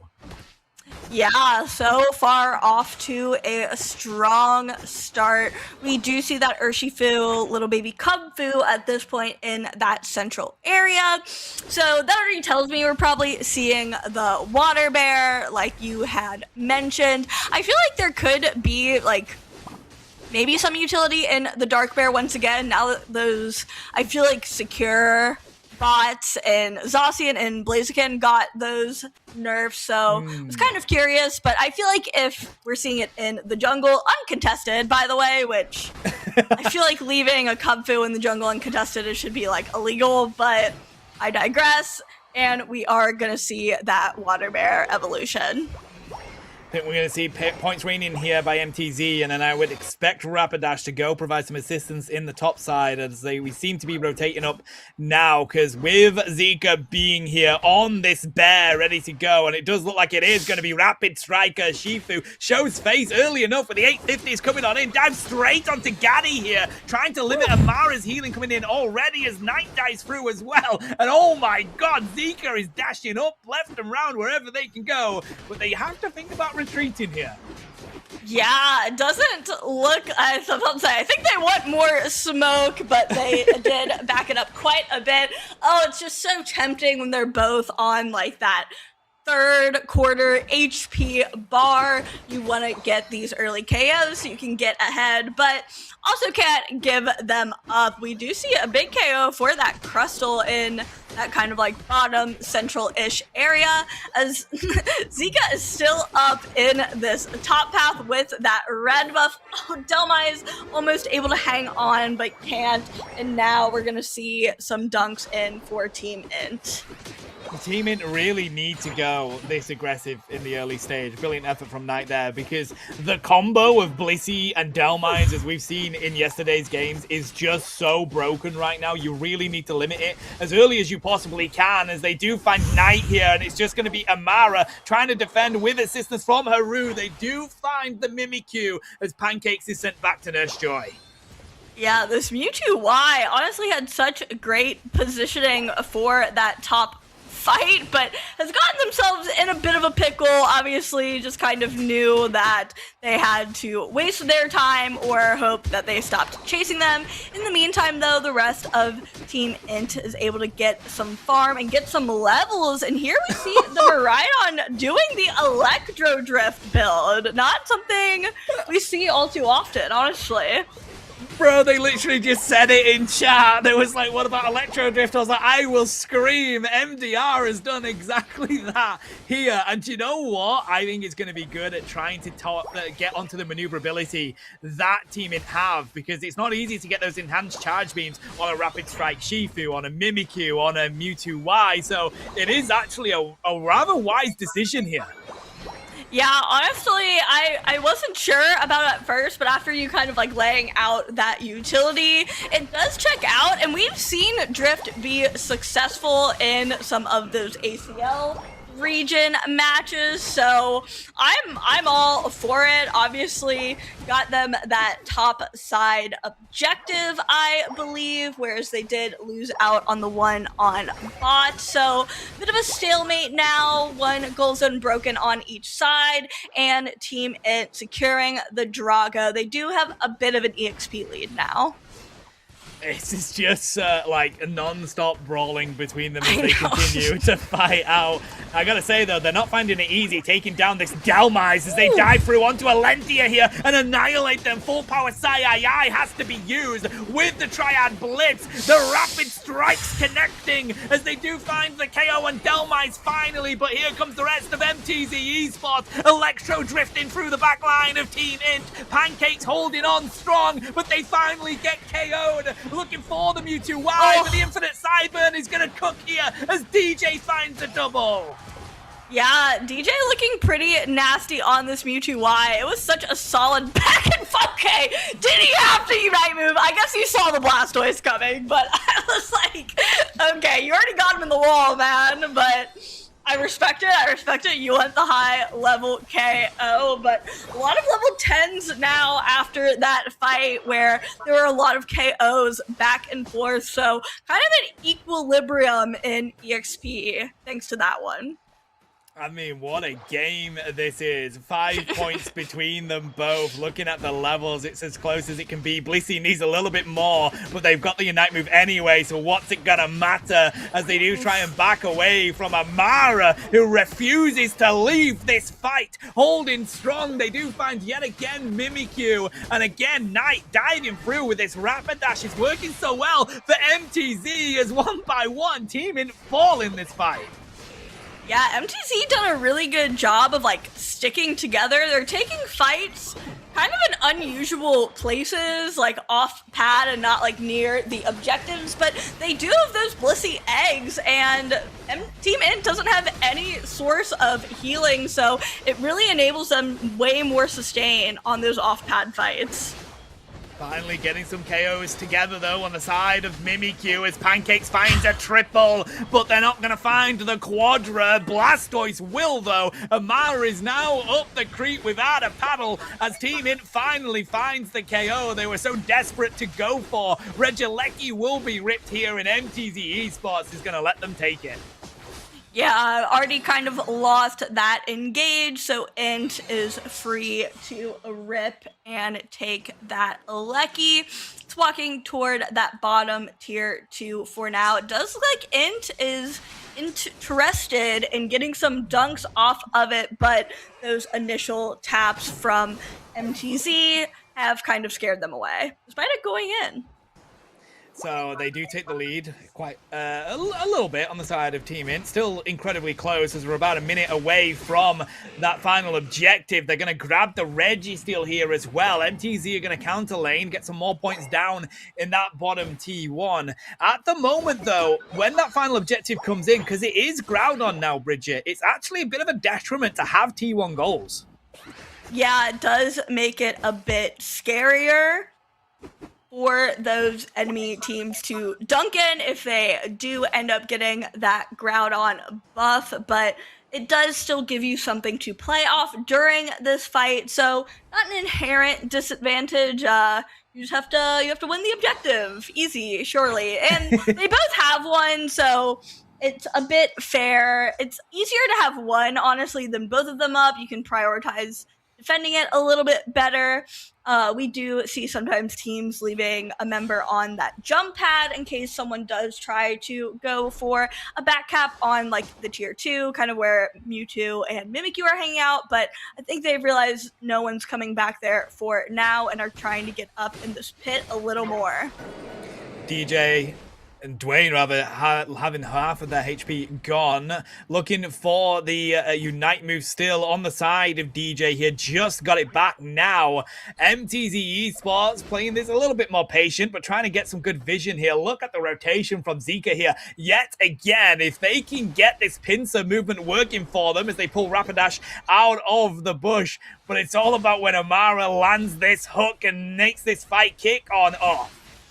I know, it looks like Miraidon is in a bit of a pickle, needs the Bliss assistance to stay alive. Delmise casting their Unite move, and this fight is off. Blissey does get KO'd, but is their Unite move enough to keep their team up?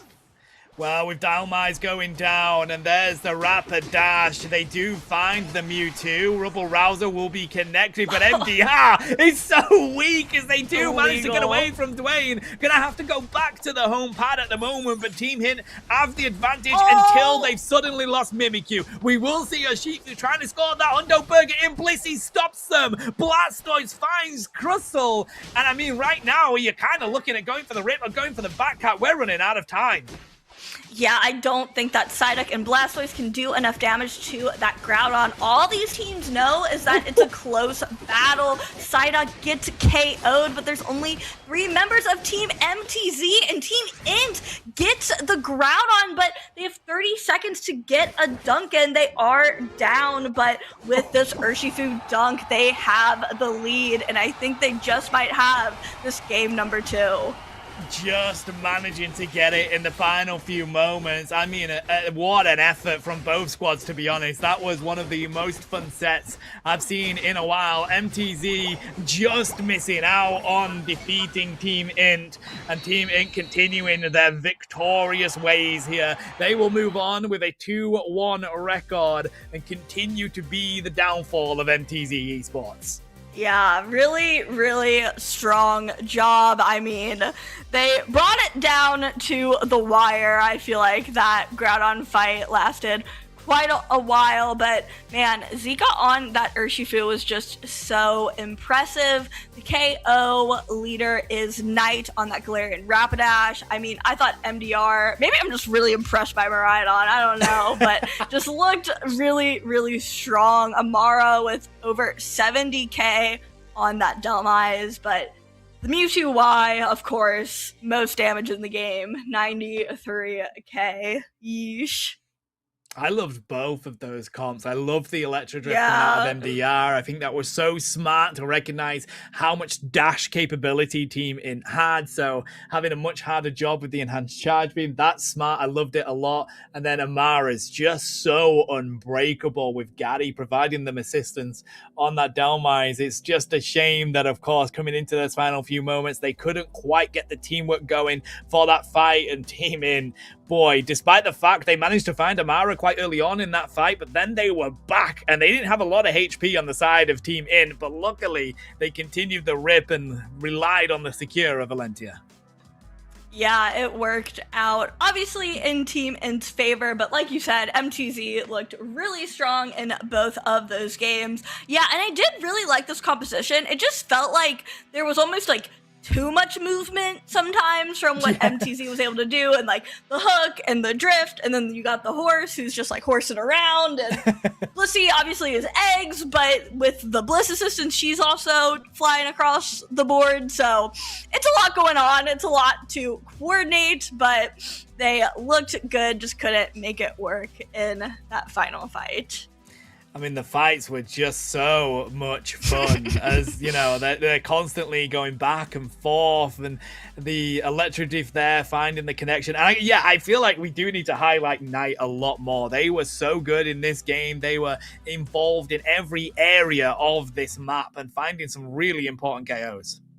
Yeah, absolutely. They were able to work with their team really, really well. I mean, they were grouping up. It's a lot to coordinate, like I said, but that is kind of one of the fun parts of Unite, I feel like, is playing with a team consistently. You kind of learn how to like move as a team, and you really can't pull off this type of comp as well as they did without a lot of coordination. Here we have that final fight, and you can see that Miraidon is up in the corner trying to rip that Groudon, but the fight is kind of like taking off, and they realize they need to help out their teammates. But it was just kind of, everyone got a bit scattered all over the place, whereas Team Int kind of at least grouped up a bit more.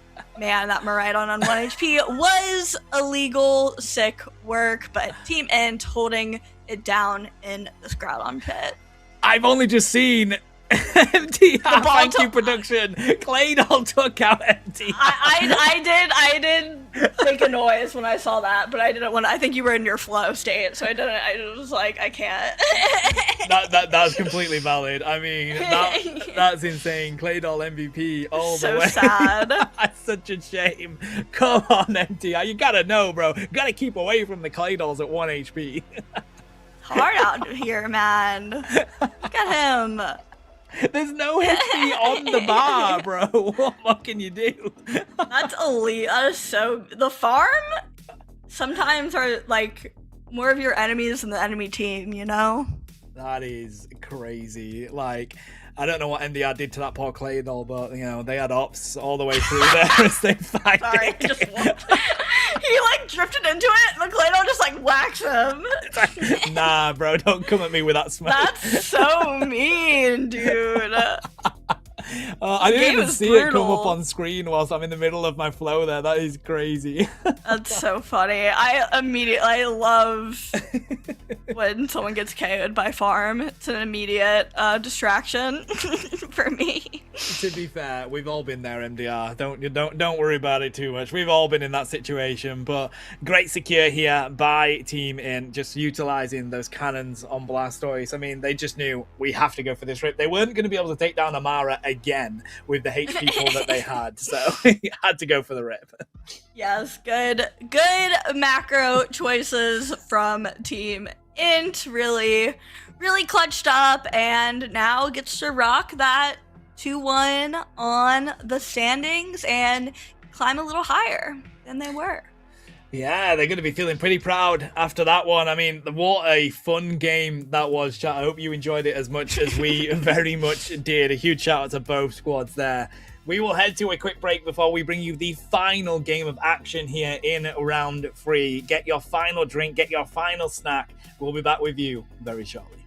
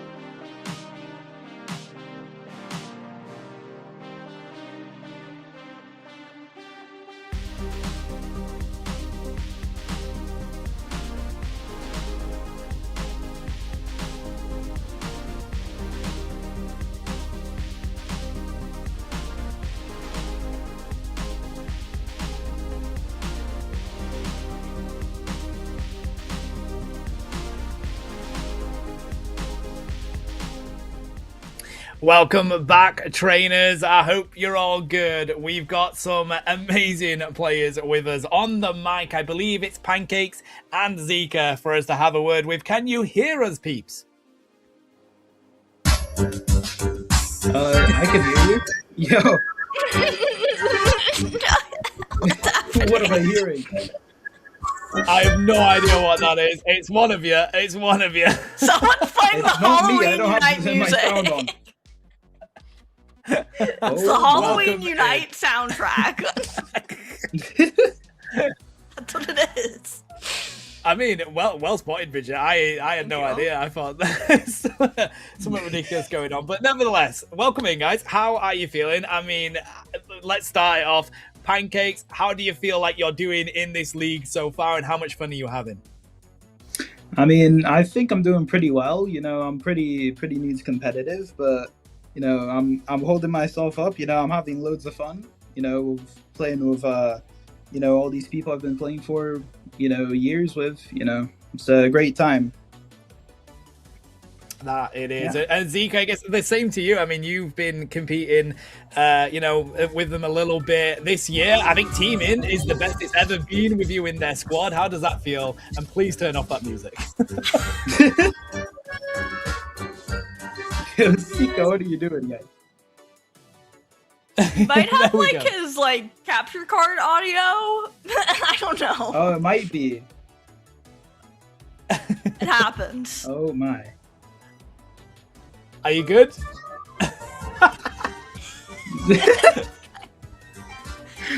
Oh no. It's honestly so funny. Zeke, can you even hear I mean- us? I don't Yeah, think Zeke so I can guess hear us. Zika's. Yeah, I think Zika's thing is glitching. I mean, I haven't used this before. I'm surprised I even got this to work. But Yeah, you're Um, doing great. yeah, Well, I guess Well, we'll move on without Zeke at the moment then. Yeah, we might have lost him.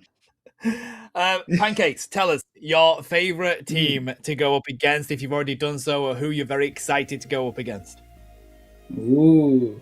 I mean, there's loads of good teams. You know, I really want to play against, but one of the teams I want to play against is Phantom Forcers because we played in the UCS quals, and you know, few close games. We were pretty close, so I want to, you know, we did end up, you know, winning just by a bit, just by a couple points. But you know, I really hope we can run it back because it was a really nice set last time. It Yeah, was really close. Yeah, You that's know, it. managing to get to the next day was pretty impressive for you guys as well. So huge congrats to that. Bridget, have you got anything that you want to ask? What? Not really. But what's your like read on like meta picks right now? Who? Ooh, Zika's back, allegedly. Oh, maybe. I'm not gonna hold my breath. Who do you think, in terms of like sleeper picks, are maybe some people not experimenting with enough? That's a good question. I mean, there's a bunch of sleeper picks I think are great.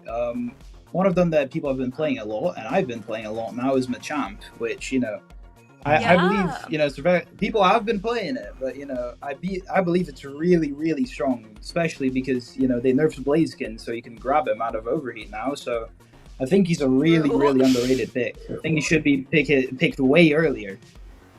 You know, yeah, I think Okay, really I fun see to play that. as well. So yeah. I think Zika can now hear us. Hello, Zika. Can you hear us? Are you good? Hello, can you hear me? I can hear you at least. I can hear you. Oh, there he is. Yay! yeah. Hello, hello. Oh, So- big Zika. Zika, tell us how much fun you're having playing with Team Int this year. We were saying that we feel like you as an entire team have done the best that you've ever done in Pokemon Unite so far, and you know you're having a lot of fun by the looks of it. Yeah, bro, for sure. This is actually our best year yet, I would say. And you know, I don't know, our team is actually developing really nicely. We're complementing each other's strategies pretty good.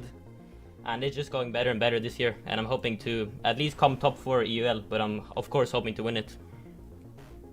Yeah, that's what we like. Some fighting talk as well, buddy. Yeah, 100%. I agree with you. I have, obviously been a fan of Team Mint since day one, and seeing you guys do so well this year is honestly really makes me very proud. You guys are absolutely cooking. So keep that effort up. A huge congrats to you taking this win here, and we'll catch you in the next games. All right. Yeah, thank thank you. Thank you, guys. Alrighty. Next up, we have more action to be bringing you, chat. Let me just confirm who it's going to be. I was really eager to get going in that one. It is Rework Esport Gear versus Phantom Forces. So this is an opportunity for Phantom Forces to get what could be the biggest upset in the league to date. Yeah, as we know, these Rework teams have been unstoppable so far in this league and today. So Rework Gear definitely trying to hold it down for their squads in our last matchup on stream for the day. But Phantom Forces has some big expectations if they want to knock them off their place. And as we've already seen, like, realistically, you've got to be getting a win here. You do not want to be going 0-3 in the league. It just makes it nearly impossible for you to really get into that playoff spot. There's only 7 weeks of action in total. This is round 3, so got to be looking at getting a win as urgently as possible. It's probably the hardest team to do it against as we have a look at the profiles coming up.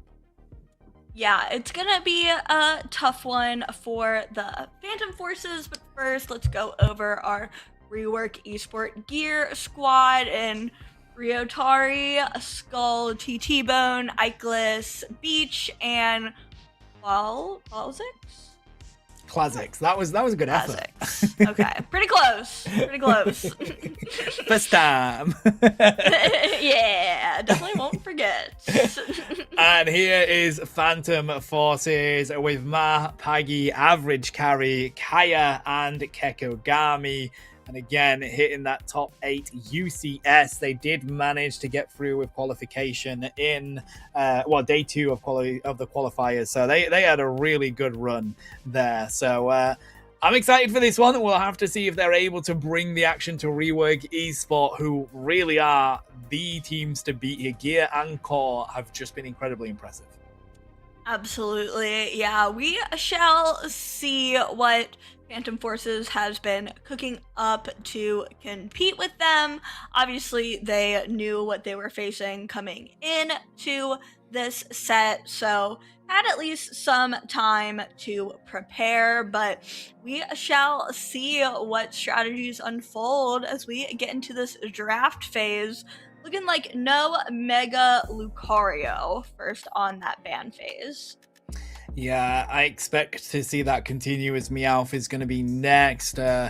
Probably Mega Charizard, Mega Gyarados on the board, as both of these teams quite aware of each other, know how these big picks go. Blissey has become a common ban, completely understandable. It's, again, one of those Pokemon, very much like Hooper, where it's going to be fit into any comp that you can pull out. Yeah, I mean, that solo pocket carry just really enables these already broken mons to be even more of a threat. Obviously, there's other things you can kind of slot in there, but in lieu of Blissey, we really haven't seen many healing supports at all, so we'll see if either of these teams opt into it. I guess the only healers we've seen are the tanks in Vaporeon and Umbreon, so maybe we'll see that reflected here. But as a first pick, Rework wants that Mega Gyarados. Yeah, I mean, you're going to go for it if it's open straight away. Phantom Forces will get that Vaporeon on the field and looking like they want to entertain Psyduck here. Again, 2 great first picks, or second pick rather. The capability is that there's so many good Pokemon in this game right now, Bridget, as Ikelis and Beach pick the other 2 best that you can go for. Yeah, I mean, Phantom Forces really got their choice in tank and support. Obviously, they could have grabbed the Suicune, but like you said, there's almost too many good things, so Both comps looking pretty scary right now, but Rework Esport Gear did pick their damage dealers first, so they got priority on that Mega Gyarados and the attacker in that Miraidon, but Buzzwole and Mew both have been standout performers today, so excited to see what they can do with those picks. I think the Palmot would be an interesting pick. We've seen a lot of that recently, and it does quite well, being able to stick to teams like Ghatlue. Oni plays it quite a bit in Avalanche during the league. Skull's going to pull out the Darkrai instead. Kha'Zix gets back on their tried and tested Umbreon, but it's about this Cinderace, Bridget, that Paggy is pulling out here. I mean, usually I'd complain, I'd be like Cinderaces, but I think, especially for late game, a very capable Pokemon. Oh, absolutely. I know we're playing on Rayquaza map for this game 1, but I feel like with the Groudon buff especially, Cinderace just becomes, obviously you have to get to that point in the game, but I mean, just becomes, like, it felt like Groudon was broken when I saw what Cinderace did with a Groudon buff on it, so obviously plays most of the game without it, but I do feel like there is a place in this meta for it. So we are seeing these dual attackers come out, but we're getting the ABC from Phantom Forces, which it's kind of like it's like a win big kind of Pokemon is what I'm trying to say. If they're able to feed the Cinderace, if it's able to position well, not get caught out, it can really put a lot of pressure on Rework Esport Gear. Yeah, I do think, especially for the late game, I think it's that and Dragapult that have the best attack speed in the game. So I feel like it's definitely one of those Pokemon that in the late stages of the game, if you can survive it, as you said, if you can get to that stage, will rip through the HP pools of Rework Esport Gear, so long as you can stay away from that Suicune and Mega Gyarados. Let's see if they can do just that as we kick this one off with Rework Esport Gear on your purple side, Phantom Forces on your orange side. Yeah, I mean, and hey, Cinderace can always go that feint moveset, giving it almost an additional bit of an iframe to deal with things like that Suicune. So we shall see if Phantom Forces is able to hit those well enough. I would imagine they're going feint. I don't feel like I really see too much of the dash moveset when I do see that Cinderace build, but we will see it get its jungle and evolve into that Raboot and head up to this top path. Trust me, as a speedster player, there's nothing more rage-inducing than a faint Cinderace getting away. It's absolutely crazy. So I hope Paggy goes for that here, as they do steal a little bit of farm away from Esport Gear, getting ever so closer to that level 5 mark on the side of this Buzzwole. 850 is about to come on in, and Esport Gear have shown face here in this top side as Kha'Zix will try and distract them from going for this farm, giving it over to Esport Gear as they find a KO, and it's an assist for this Magikarp. Yeah, devastating mean look from that Umbreon. Was in that bush positioned all by its lonesome in order to try to catch someone out. Rework knew exactly what they wanted to do at those 850 birds, and now they're getting even more bang for their buck with this jungle invade, trying to keep this Raboot a Raboot and not let it get to that Cinderace. Umbreon was able to steal away that ball toy, and now the Darkrai grabbing the buff as well. Needs to call in some backup in that Buzzwole. Psyduck, everyone is coming to this jungle area now, so at least Raboot can get away, but it's not looking good for the members of Phantom Forces who are left to defend this jungle. Yeah, it's kind of like Skull and Umbreon are just controlling this central area here. Lou has finally got in on the fight, and when they do, Darkrai finds the KO. It is going to be Paggy that gets the revenge as they take down Beach as well. Good effort from Paggy to hit that Cinderace level and keep themselves at range from that crowd control.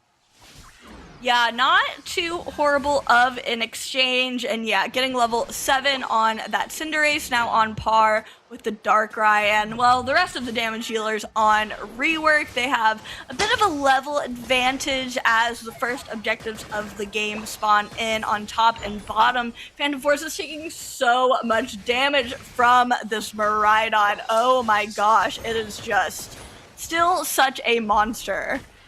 It's so difficult to deal with it when you have such a good front line for the rest of your squad, and Suicune continues to be that alongside Umbreon right now. Average and Empty has to back on up to their pad. Regirock is on the field, looking to get the damage onto it. His eSport gear has been pulled out quite far though. It looks like that may reset before they can get the rip off. Trying to use the Darkrai to buy a little bit of space here for eSport gear. Beach as well with the freezes has to get on Paggy, and that's exactly what Miraidon does. That was perfect from eSport gear as they find the KOs onto the side of Average there. Umbreon is going to fall down, not even getting the rip. They're going for the KOs here, Bridget, as they find another one on Vaporeon. Yeah, I know Darkrai keeps getting the last hits, but Cyclist, man, on the Miraidon is just raining out damage. It feels like it is too much for Phantom Forces to take, but it's been a slow rip on this Regirock. Rework is prioritizing these KOs and this zoning, but it is getting low at this point, and there are members of Phantom Forces who are in there. All that Mew boosted auto was almost perfect, got it on a sliver of HP, and honestly, Rework is lucky they were able to secure that one. Yeah, I mean, one basic hit onto that before that boosted auto went on, and that was going to be Phantom Forces. Such a shame, unfortunately, for Average. But right now, they're going to rotate into that top side, looking to see if they can take that objective instead. But they do have a lot of opposition with that Mega Gyarados. Paggy's going to get the rip, having that front line protecting them here. Trying to find classics as well. Phantom Forces, they really need this. They need to start scoring points. Yeah, only 35 on the board at the halfway point. Obviously, not an entirely high-scoring game just yet with all goals and still up, but you can see how much Rework has put in just on those tier 1s. Suicune and Darkrai both with the double KOs in the enemy jungle. Well, I'm talking about dumb stuff like points and scoring. They're playing the real game. Right, locking in with the endless ice spikes as they go for the rip on the Lecky now. Trying to get in is Kaya, but they're going to be blocked out with the Milook. It was bait all along for them to find the KOs here. They take down Average, trying to get away is Kaya, but they go back to Nurse Joy, scoring a 40 dunk in the face of the Buzzwall is Classics, as right now eSport gear are beginning to take this game in stride and lock it out from Phantom Forces. Yeah, it just feels like Phantom Forces are blowing up, but finally they're able to get some of these counter KOs, make a push. Gyarados is able to solo rip that Regieleki. It's going to be walking towards Phantom Forces tier 2, but they have their eyes on this tier 1 and this Gyarados, knocking it out even though it was mega evolved, making sure it couldn't use its Unite move as much as it probably would have liked to. Does get some points on the board, but it is still a huge lead in the favor of eSport gear. Mystical Mirage is going to be used here, trying to keep Phantom Forces alive and get them back to their central area. Still, that's exactly where we expect to find Beach and Skull. I don't think they've been out of the central area all game so far, as they pull a lot of attention from Phantom Forces here. Classics to provide the assistance. They are going to find Darkrai. Net is managing to get away on 1 HP at the moment. Classics goes down, but it was enough attention for them to be able to find the Registeel as well from Ickless.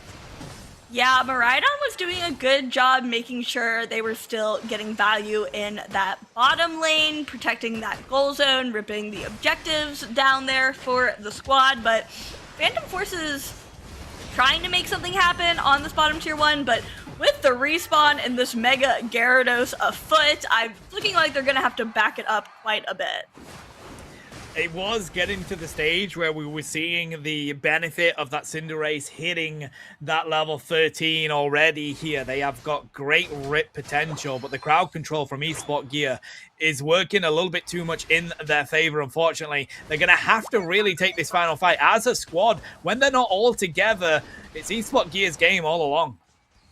Yeah, Phantom Forces does look best when they are grouped up a bit. This Darkrai has just felt so devastating to deal with and so annoying. I'm kind of obviously I knew Darkrai was in a demonic place, but it looks like Skull has just been piloting it so well. And yeah, making sure that they don't forget a Tamon on the field by constantly being on their side of the map. Here we go. Going onto the field is the final objective. Rayquaza has shown. The game isn't over for Phantom Forces. They have an opportunity to get the win, but they're being quite patient with it at the moment, waiting for that side-up Unite move to come back through, and they absolutely need it for this team fight, especially with the rip that eSport Gear has. Kree down to half HP here, has to get some heal coming in from Kaya. Looking on the jump was net. I'm not sure they meant to do that going into the bush. They know exactly where eSport Gear is. Yeah, I think they were just trying to throw a beam in that L-Bush. Jump pad kind of grief them, if I'm being honest. Phantom Forces is just having a really hard time finding their way in this pit, but look at where the Buzzwole has been able to sneak in on that upper backside. Looking like they need to back up a bit. Doesn't seem like they can really pinch with their team. Does force out this Gyarados Unite move, but Buzzwole is down and this fight is on. Perfect full power Sai coming out there to prevent that Dragon Current from finding a KO, but unfortunately with them extending it, it's just going to be a matter of eSport Gear hunting down Phantom Forces one by one. They split them up. There goes Kaya trying to get the attention is Kree, but it doesn't matter. The rip goes onto Rayquaza from eSport Gear. Can Buzzwole get there? Look at Classics going straight into that central area to keep Buzzwole busy. Yeah, amazing defense from that Umbreon, just making sure he doesn't even get close to the pit. Was hanging out right by where that jump pad lands you, so they knew if anyone tried to go through that central area into pit, they were going to meet them immediately. Really, really good macro from eSport Gear. I mean, it feels like both teams kind of had like broken support tanks, but feels like eSport Gear got like the broken DPS. I mean, Miraidon, Darkrai. I am blanking on the other guy that's broken that they had. It just feels like it was a lot. Mega Gyarados. How did I forget the Mega Gyarados? Well, I guess the Darkrai was the standout. 13 KOs is kind of crazy for a competitive game. They were, I mean, pedal to the metal. I don't think they were on their own side of the map, like, at all. They were fully on the enemy side the entire game. They really were. I mean, Nicholas again, just doing absolute scenes on that Miraidon. I do think Phantom Forces, they really struggled with the crowd control that eSport Gear had. I think looking at how many freezes Beach was able to find on that Suicune, and it just limited. The thing is, when you do play something like Feint, it's only going to work on one amount of crowd control, and nearly every Pokemon has access to that on the side of eSport Gear. Yeah, it just felt like Cinderace didn't even have a chance to really like fully get online. As you can see, I feel like eSport Gear just did a good job throwing them off their rhythm, really being devastating in these team fights. And just like they were able to do that because of this like positioning they had, like forcing Phantom Forces to walk up to them when they had kind of like where they wanted to be, where they all wanted to kind of like stand and hide out. It just felt like they were really ahead of their enemy in terms of that department. So let's see how they adjust their comp here on the side of Phantom Forces. Looking at their bans, of course, Meowth and the Mega Charizard Y. Talonflame was their final ban. I think it might be worth entertaining a ban on the Mega Gyarados potentially. Yeah. If you don't want to play it, I think people need to consider taking this Miraidon out of the game. I agree. It's felt like a game. It feels like who has the Miraidon is who's winning the game. It's just kind of been like consistently shining.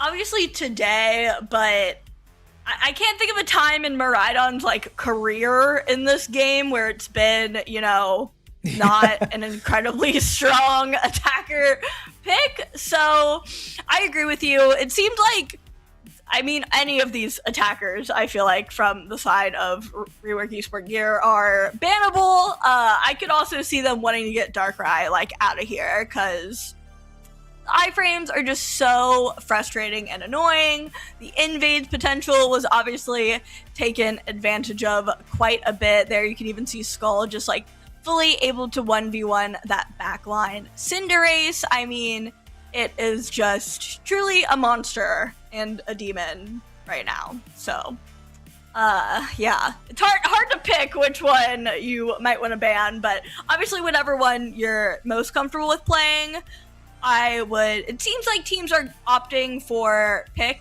priority over map priority, so I would go there, whether they want first or second pick, like choosing that rather than choosing the map. Yeah, I think that's valid. I mean, I am actually quite surprised how much Darkrai we've actually seen today, to be honest with you, Bridget. True. I'm kind of with you. Like, Darkrai was already in a very good state before it got buffed. So, the Hollow buff came through, and it's just crazy. I'm surprised that it does get through, and we've been seeing so much of it today. It's one of those things where, like Meowth, for me, it's so strong, and you have to do so much to counter it that it would be an instant ban. Looking at it right now, it is going to be a Rework Esport Gear that picks the Kyogre map, and Phantom Forces have gone for the first pick at the moment. So they're wanting to make sure they get the strongest Pokemon so far. Yeah, I already like that plan from them. I feel like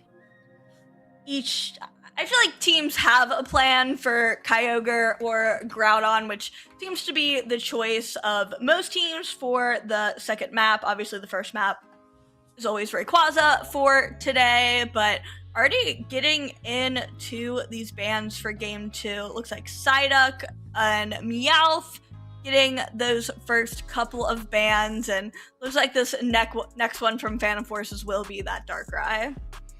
Yeah, I mean, you got to do, haven't you? If you don't have anyone that's comfortable to take it, or you don't have a comp that's going to work for it, you've got to go with that ban, as we were just mentioning.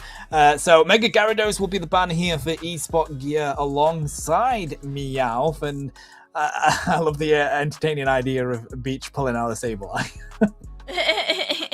Yeah, definitely teasing us with that hover, but yeah, Rework Esport Gear not even wanting to deal with the Mega Gyarados at all, also getting Mega Lucario up there as well, and Vaporeon as the final ban for this phase. Now we get to see what Phantom Forces wants to prioritize. Yeah, we didn't see that Charizard Y get banned out this time around, and that's going to be what they go for. So I feel like they had such a hard time with like a late game scaler in that game number 1. I'm a bit nervous for this Charizard Y, but if they're able to get it online and have it kind of wreak havoc in that mid to late game, this could go well for them. Yeah, I mean, they're going to have to get as much out of it as they possibly can, and early enough in the game. Because, again, Ickless is going to be let loose on this Miraidon with a Blastoise protecting them now. Classic's already putting in an absolute shift on the side of that Umbreon, is now on that Blastoise. Mar's going to pull out the Machamp. They've seen pancakes cooking on this Pokemon and thinks, you know what, I'm going to try it myself. After talking with them, I was like, wow, okay, maybe I am sleeping on Machamp. Like, I need to respect this guy a bit more. And here we see Phantom Forces doing just that. Picking up the Blissey as well. Always a great solo pocket pick, probably especially with this Charizard Y. Something that will just be able to follow it around and help it out. Whichever moveset they'd like to go. Esport Gear gonna grab that Hoopa and the Leafeon. Actually, I don't think we've seen Leafeon at all today. Kind of been outshined by some other speedsters, but wow, is that a Greedent I spy getting selected? I mean, Kree's doing it again. We've got the Greedent on the field. We've got the Cookie on it as well. Phantom Forces trying to throw something unusual over to the side of eSport Gear.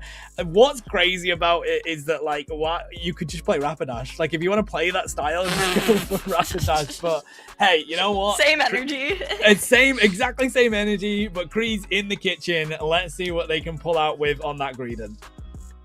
Yeah, love this crazy kooky squirrel is come out to play, but yeah, I don't really know. Like, I feel like that Leafeon will be in the central area for eSport Gear, so I don't know if as a Greedent you necessarily want to be invading against that Leafeon. Maybe as an Eevee, it's not quite as threatening. It just gets that level 4 so dang fast. It's kind of hard to interrupt, but could be an opportunity early game, or even just kind of defending our Charizard's jungle with the squirrel. Honestly, might not be the worst strategy either, because that is also another guy which I see and I'm like, well, I'm sprinting into your jungle, you're a Charmander. So maybe to offset that, we shall see where this Greedent will go. Could also just run it in lane, but you know, not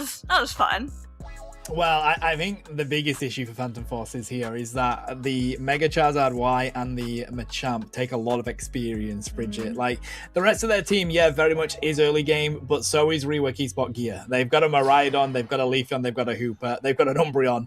All of that is brilliant early game, and then they've got the Blastoise for later on. So we'll see who wins that early game matchup, as it is going to be Charizard taking the central area for Phantom Forces, Leafeon doing the same for Rework Esports Gear. Yeah, and we see this Hoopa heading to the enemy jungle. Hoopa, honestly, a really solid invade mon. It's also so strong in lane, it's kind of hard to give up that resource, but they're like me. They see Charmander in the jungle. They know they have to put some pressure on it in the early game. This is the time to kind of make sure that Charmander has a bad time before it's fully online, and we see that Hoopa was able to steal that red buff with the help of the Leafeon. They already get a KO on that Chansey in that enemy jungle. This is already starting off really strong for eSport Gear. See, that's exactly why I couldn't go pro in this game and I gave up, because the second that Leafeon's in my jungle as well, I'm screaming in the mic that Leafeon's here. And they managed to find the KOs they were looking for as the 850s spawn in. Phantom Forces are not even able to get close to them. Yeah, I mean, Leafeon is already such a demon in this early game. Obviously, we do see Charmeleon get that level 5 and get that evolution, but Skull knows the timers of the enemy jungle and is making his way. I've noticed, though, that, like, when someone is going for your buffs, they are not getting their own. So obviously you can't like see that in this time. Like, you know, it's too late. By the time you go back to your jungle, you see 3 members of them in your jungle and you're kind of cooked. But Greedent, Squovit, getting the memo, knows that, hey, they're taking my team's buffs. I know they're not taking theirs, and is getting some value in that enemy jungle. I mean, like we called, though, the difficulty is that experience they're so desperate for, Skull has just shut down. We still have a Machop on the field at the 745 mark. You know, we do have Charmeleon, there's Machoke now, but again, it's so much experience needed to hit the power spikes you're so desperate for. Yeah, I mean, eSport Gear is just all over this map. It is actually hard to keep track of them if you're just trying to play like a normal laning phase. That is something they're not even really allowing Phantom Forces to do, especially Skull on this Leafeon. Already level 8, has their Unite move before the top in these bottom Regis spawn in. We do have the Drago still wandering around in that middle area, but these teams are much more interested in getting KOs than getting the objectives currently. It's crazy. Esport Gear are like, you know what's better than a Regidrago? All of Phantom Forces in the spawn area as they find more KOs. There's an Emerald two-step. Goodbye, Charizard. Goodbye, Blissey. Kree is the only one able to get out of that central area as they find a triple here for Skull, and they are just cooking the entirety of Phantom Forces. Yeah, I mean, it does just feel like such a good draft line. You see that Charizard Y priority pick, and you grab that Leafeon to make sure that you are online and way far ahead even before that guy gets its Unite move, gets its Mega Evolution. And I like the pick of the Hoopa as well. I don't really feel like they could be playing this aggressively without these Hoopa portals, which have been so clutch for them to not only like extend so far forward into that enemy jungle and get out so easily, but just like repositioning just like they did there. They were on their tier 2 a second ago. Now they've respawned. They're back up in this top path ready for this contest over this top lane objective. We do now have the Seismic Slam to do something with on the side of Phantom Forces, but nobody else is going to be able to provide their own Unite moves into it. Regirock being ripped here is going to be taken by Paggy. What a way to get themselves in and take that objective. Hooper is going to fall as well. Phantom Forces need to capitalize on this as much as they can right now. Push onto this pad. There's a submission. Machamp is on the field. Barrage blow, but the Hydra Typhoon will come back into their face. Seismic Slam connects, trying to take down the Miraidon. Not an easy task so far. They do find green, and it's going to be the side of Leafeon that cleans up Phantom Forces instead. Yeah, that Charizard Y just not able to output enough damage with the healing from that goal zone, and Skull just totally evading the Charizard altogether, opting to fight pretty much everyone else on the team except for that Charizard Y. Now it's looking like Rework is in a bit of a pickle as Machamp picks up 2 crucial KOs. Really, really nice XP for Phantom Forces, and they are running directly back at that tier 1. Exactly what they need to do. Rings are let loose by Beach now, though. Blastoise has done enough to stop them breaking the pad. Moonlight Prance is going to come through. Esport Gear has showed up yet again, and with Skull cleaning up the backline of Phantom Forces, it's too much for them to defend against. Esport Gear responding kind. Beach just so clutch with that Hoopa Unite move. I mean, brought in the entire squad, and Phantom Forces kind of blew up after that moment. I mean, these teams have just been going at it this entire mid-game. If he wasn't getting pulled out by the Machamp, he was getting pulled up by the Charizard. They were not letting Hoopa go back in that portal once again, trying to get this tier 1 out of the picture, but Rework Esport Gear is just not allowing it to happen. Bro, you expect Leafeon to sort of fall off a little bit in the later stages of this game, but Skull refuses to let that be the case. Another triple KO. The way that they are playing off this Blastoise is so good for Esport Gear right now. It's really difficult for Phantom Forces to even get a KO on Skull when they've got that Blastoise in their face. Yeah, I mean, it is just so nasty, and you're right, this Leafeon has been a problem this entire game, but in this bottom path, we see some of the other members of Esport Gear trying to push in this Alecki, but are peeling back and already starting to take position of this central area. Umbreon catches that Greedent, has to back it up a little bit, but with 3 members of Esport Gear holding this pit down, honestly 4 members, they are looking to have control over this pit. Almost, they've been here like a full minute early, which is honestly so crazy. It's absolutely bizarre, but I mean, they want to make sure that they're prepared for this. We're going to see Greedent continue to try and see if they can score some points, but right now with, you know, that over 100 points difference between them, it's going to be a tough market for Phantom Forces to break into. We've got 10 seconds before we have Kyogre on the field. Looking at the levels, Esport Gear has it all locked in, points as well. It's all about what Paggy can do to get some quick KOs with that Unite move. Yeah, there's honestly a lot on Peggy's shoulders. They're the only level 13 on their team, so they need to play this really carefully and really well with this Blissey. Rita already trying to start this engage off, but the Hoopa portal! Oh my god, this Hoopa is crazy.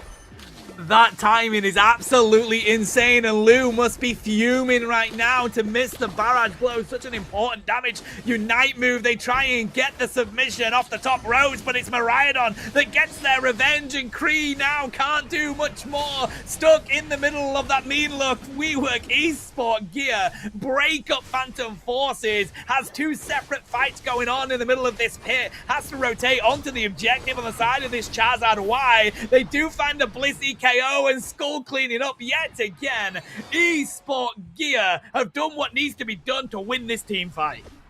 Yeah, I mean, the Charizard Y really tried to camp that Leafeon, but just kited away so perfectly. Hoopa getting a little caught out, able to escape with that Phantom Force, head back to the squad. Esport Gear know that they have quite a huge lead. They know that they don't really need to do anything. They have eyes on pretty much all the members of Phantom Forces, and it looks like this Kyogre is finally going to get some damage into it. Still looking to find more KOs is Esport Gear as well, as they group them up and find the two. That's an ace. Rework Esport Gear will continue the victorious ways of this org. They will go 3-0 alongside Rework Esport Core, and still they are the team to beat in this league.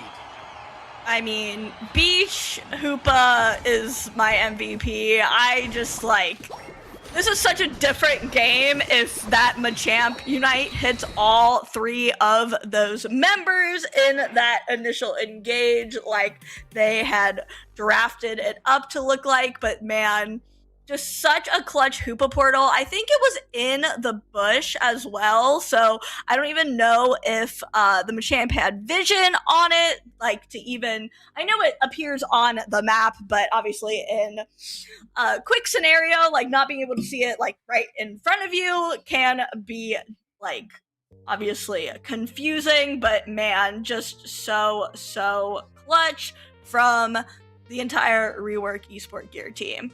Okay, 100k Leafeon. I mean, I can't. 100k Leafeon, 92k Ickless, 81k Rio. That is absolutely bizarre. 97k damage taken by Kree. Kaya 87 on the Blissey as well. It was difficult for Phantom Forces. It was Rework Esport Gear's get-go. From the go, Skull just punished Phantom Forces in every single moment. Yeah, I feel like they had such a strong answer to this Charizard. Why? I mean, really knew what to do to kind of disarm and essentially do what the Greedent was kind of sent out to do, but stronger and faster, it felt like, from that Leafeon and the Hoopa, and even the Umbreon getting in the mix, helping out the team with those mean looks. So really incredible job from our second Rework Esport team of the day. Gear also keeping that 3-0 score stacked.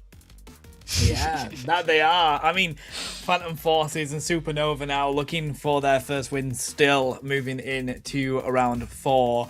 And that's going to be an interesting matchup. Whoever they come up against next, we'll have a nosy at that for you, looking at the next schedule. But we'll have a look at the recap here, as we can see, as soon as they did get that Charizard online for Phantom Forces, they were having better moments. But for me, it was this Blastoise combo with the Leafeon and Umbreon that was just so strong for Rework. Yeah, incredibly strong. I mean, here you can see this Charizard doing its best to get any members of Rework down, even get that Bliss assistance, but once this Leafeon is in the picture, they get that almost penta, that 4 KO streak, as they just kind of dip, dodge, duck around the Charizard. Here we see another great Machamp Unite move, getting those members of Rework rather low. and able to get a bit of a solid push here, but Rework was just always able to sustain and not really let Phantom Forces get a definitive fight win. My number one thing to take away from this league is how difficult it is to say Rework Esport in such a quick way. It's bro, it's such a tongue twister, I swear down. But it was a lot of fun with these two teams yet again. I mean, it's impressive the comp that Esport Gear managed to build up for themselves. It worked in every aspect. I think one thing I do want to say is after seeing that Machamp Unite move is I feel like it should do more damage, to be honest with you, Bridget. It just doesn't feel as damaging as it used to do. Yeah, honestly, here is the tragic Unite move out of Phantom Forces. I mean, that is such a clutch, engage if they're able to land it. But of course, Hoopa portals strike again, and this is when the mayhem really comes out. I feel like a lot of action happened around this Hoopa portal. You can see that is where the Charizard Y takes its Mega Evolution, tries to kind of camp that Hoopa portal, tries to get this Leafeon, but it just has too much movement for this Charizard Y to really deal with, and at that point they just couldn't really get any final KOs. The rest of their squad had already been KO'd or taken too much damage, and here we have this re-engage happening as well. But man, with this Miraidon just able to kind of freely whip out all of this damage untouched pretty much, it is just really, really powerful stuff. It is. That is it for the action here today, chat. I hope you enjoyed the games as much as we did casting them. They were a lot of fun. We will have a nosy at where the current standings are at the moment. We'll have a look at who is going to be going up against each other in round 4. I'm just going to double check my calendar just to check the dates for you, because of course we do have the UCS action continuing. This is where we ended up, of course. Los Duros defeating Supernova to continue their winning record. Rework Esport Core refusing to lose in the league so far. 2-0 versus Thank You Toto, and Team Int with a 2-0 victory in the most exciting set to date. MTZ Esports falling there, and as we've just witnessed, Rework Esport Gear continues the winning ways for that org, taking down Phantom Forces with a 2-0 victory. Yeah, all 2-0s today, but felt a lot closer, especially in those end game fights. Here we have an update to our standings. Both of those rework teams going 3-0, but with different points, 6 to Gear and 5 for Core. Los Duros rising a bit in the ranks, followed by Team Int, then Thank You Toto, MTZ, Phantom Forces, and Supernova. I mean, Esport Gear and Esport Core going up against each other is going to be such an interesting game, such a decider. Round 4 will be on the 7th and 8th of February. Chat, it will be the mid-seasonal action that we'll be bringing you, and it's going to be Rework Esport Gear taking on Los Duros, Phantom Forces taking on Team Int, Supernova will look for victory against Esport Core, and MTZ Esports will be taking on Thank You Toto. I think that is some exciting games that will be taking place there. Yeah, and that's obviously the fun part of the league, is you get to keep following these teams throughout this entire 7-day league format. So stay tuned for those games, not next weekend, but the weekend after. So should be good stuff. It'll be post patch, so draft will be stable, surely. It'll at least be back in our ranked games, so exciting for the stability of the game. So stay tuned for that. And Surfetched, I believe, will be out this week. So not sure if he'll be allowed by next time, but he'll be in the game for sure. And he'll be broken because, it's a new release, so, Hey, it's not a mega. You never know. But of course, I'm coping. Make sure that you do tune in next weekend as well, 31st of January and the 1st of Feb, for the off-stream UCS matches here on Unity Clashes stream, as well as Ghatlue's channel, so make sure that you don't miss any of that action. And of course, a huge thank you to our incredible observers in the background, Bina and Tiddly, working amazing on those cameras to give us the action that we can stream to. And a huge shout out to my colleague here, Bridget, being on the mic with me all the way from across the pond. A huge shout out to you. Thank you. Thank you for having me. Thank you for always including me in the Europe fun, even though you know way more than I do about what's going on. It's always fun to see what my Europe friends are up to. So yeah, thank you for having me. Alrighty guys, that's going to be it from us. Have a good morning, afternoon, evening, wherever you are. Stay safe if you're near any of these big winter storms, and we will catch you for more action this next weekend for the UCS off-stream games. Catch you later, guys. With the dual wing beat, trying to zone them out at the moment is going to be this side up, and Mime combo just manages to lock it in before the overheat does. Louising is caught up in the middle of the green illusion dive and lost Heroes for hit. There's a power nap from the Snorlax, good disruption. We're gonna get Mega Lucario in the middle of the pit, has to eject out of the way here, does, but just walks into the Cypher, finds the KO anyway. 40 trying to do the Lord's work here, but Snorlax is pushing them out of the pit. Lola trying to find Oscitar, but it's so difficult with that Mega Lucario, and Mewtwo Y is sent back to Nurse Joy. Lost Heroes going for the rip on the Rayquaza here. Supernova trying to sneak on in, overheat, ready to go, and it's going to be Miraidon that finds it for Lost Heroes as they find the rest of it. The scoreline is pretty close. They're honestly doing well, but these Megas do kind of thrive when they hit the Mega button in the late game. So this is going to be where it really starts to get tricky for Supernova. There goes Mega Gyarados. I will say they've done so well at not only keeping them in this game. Duros has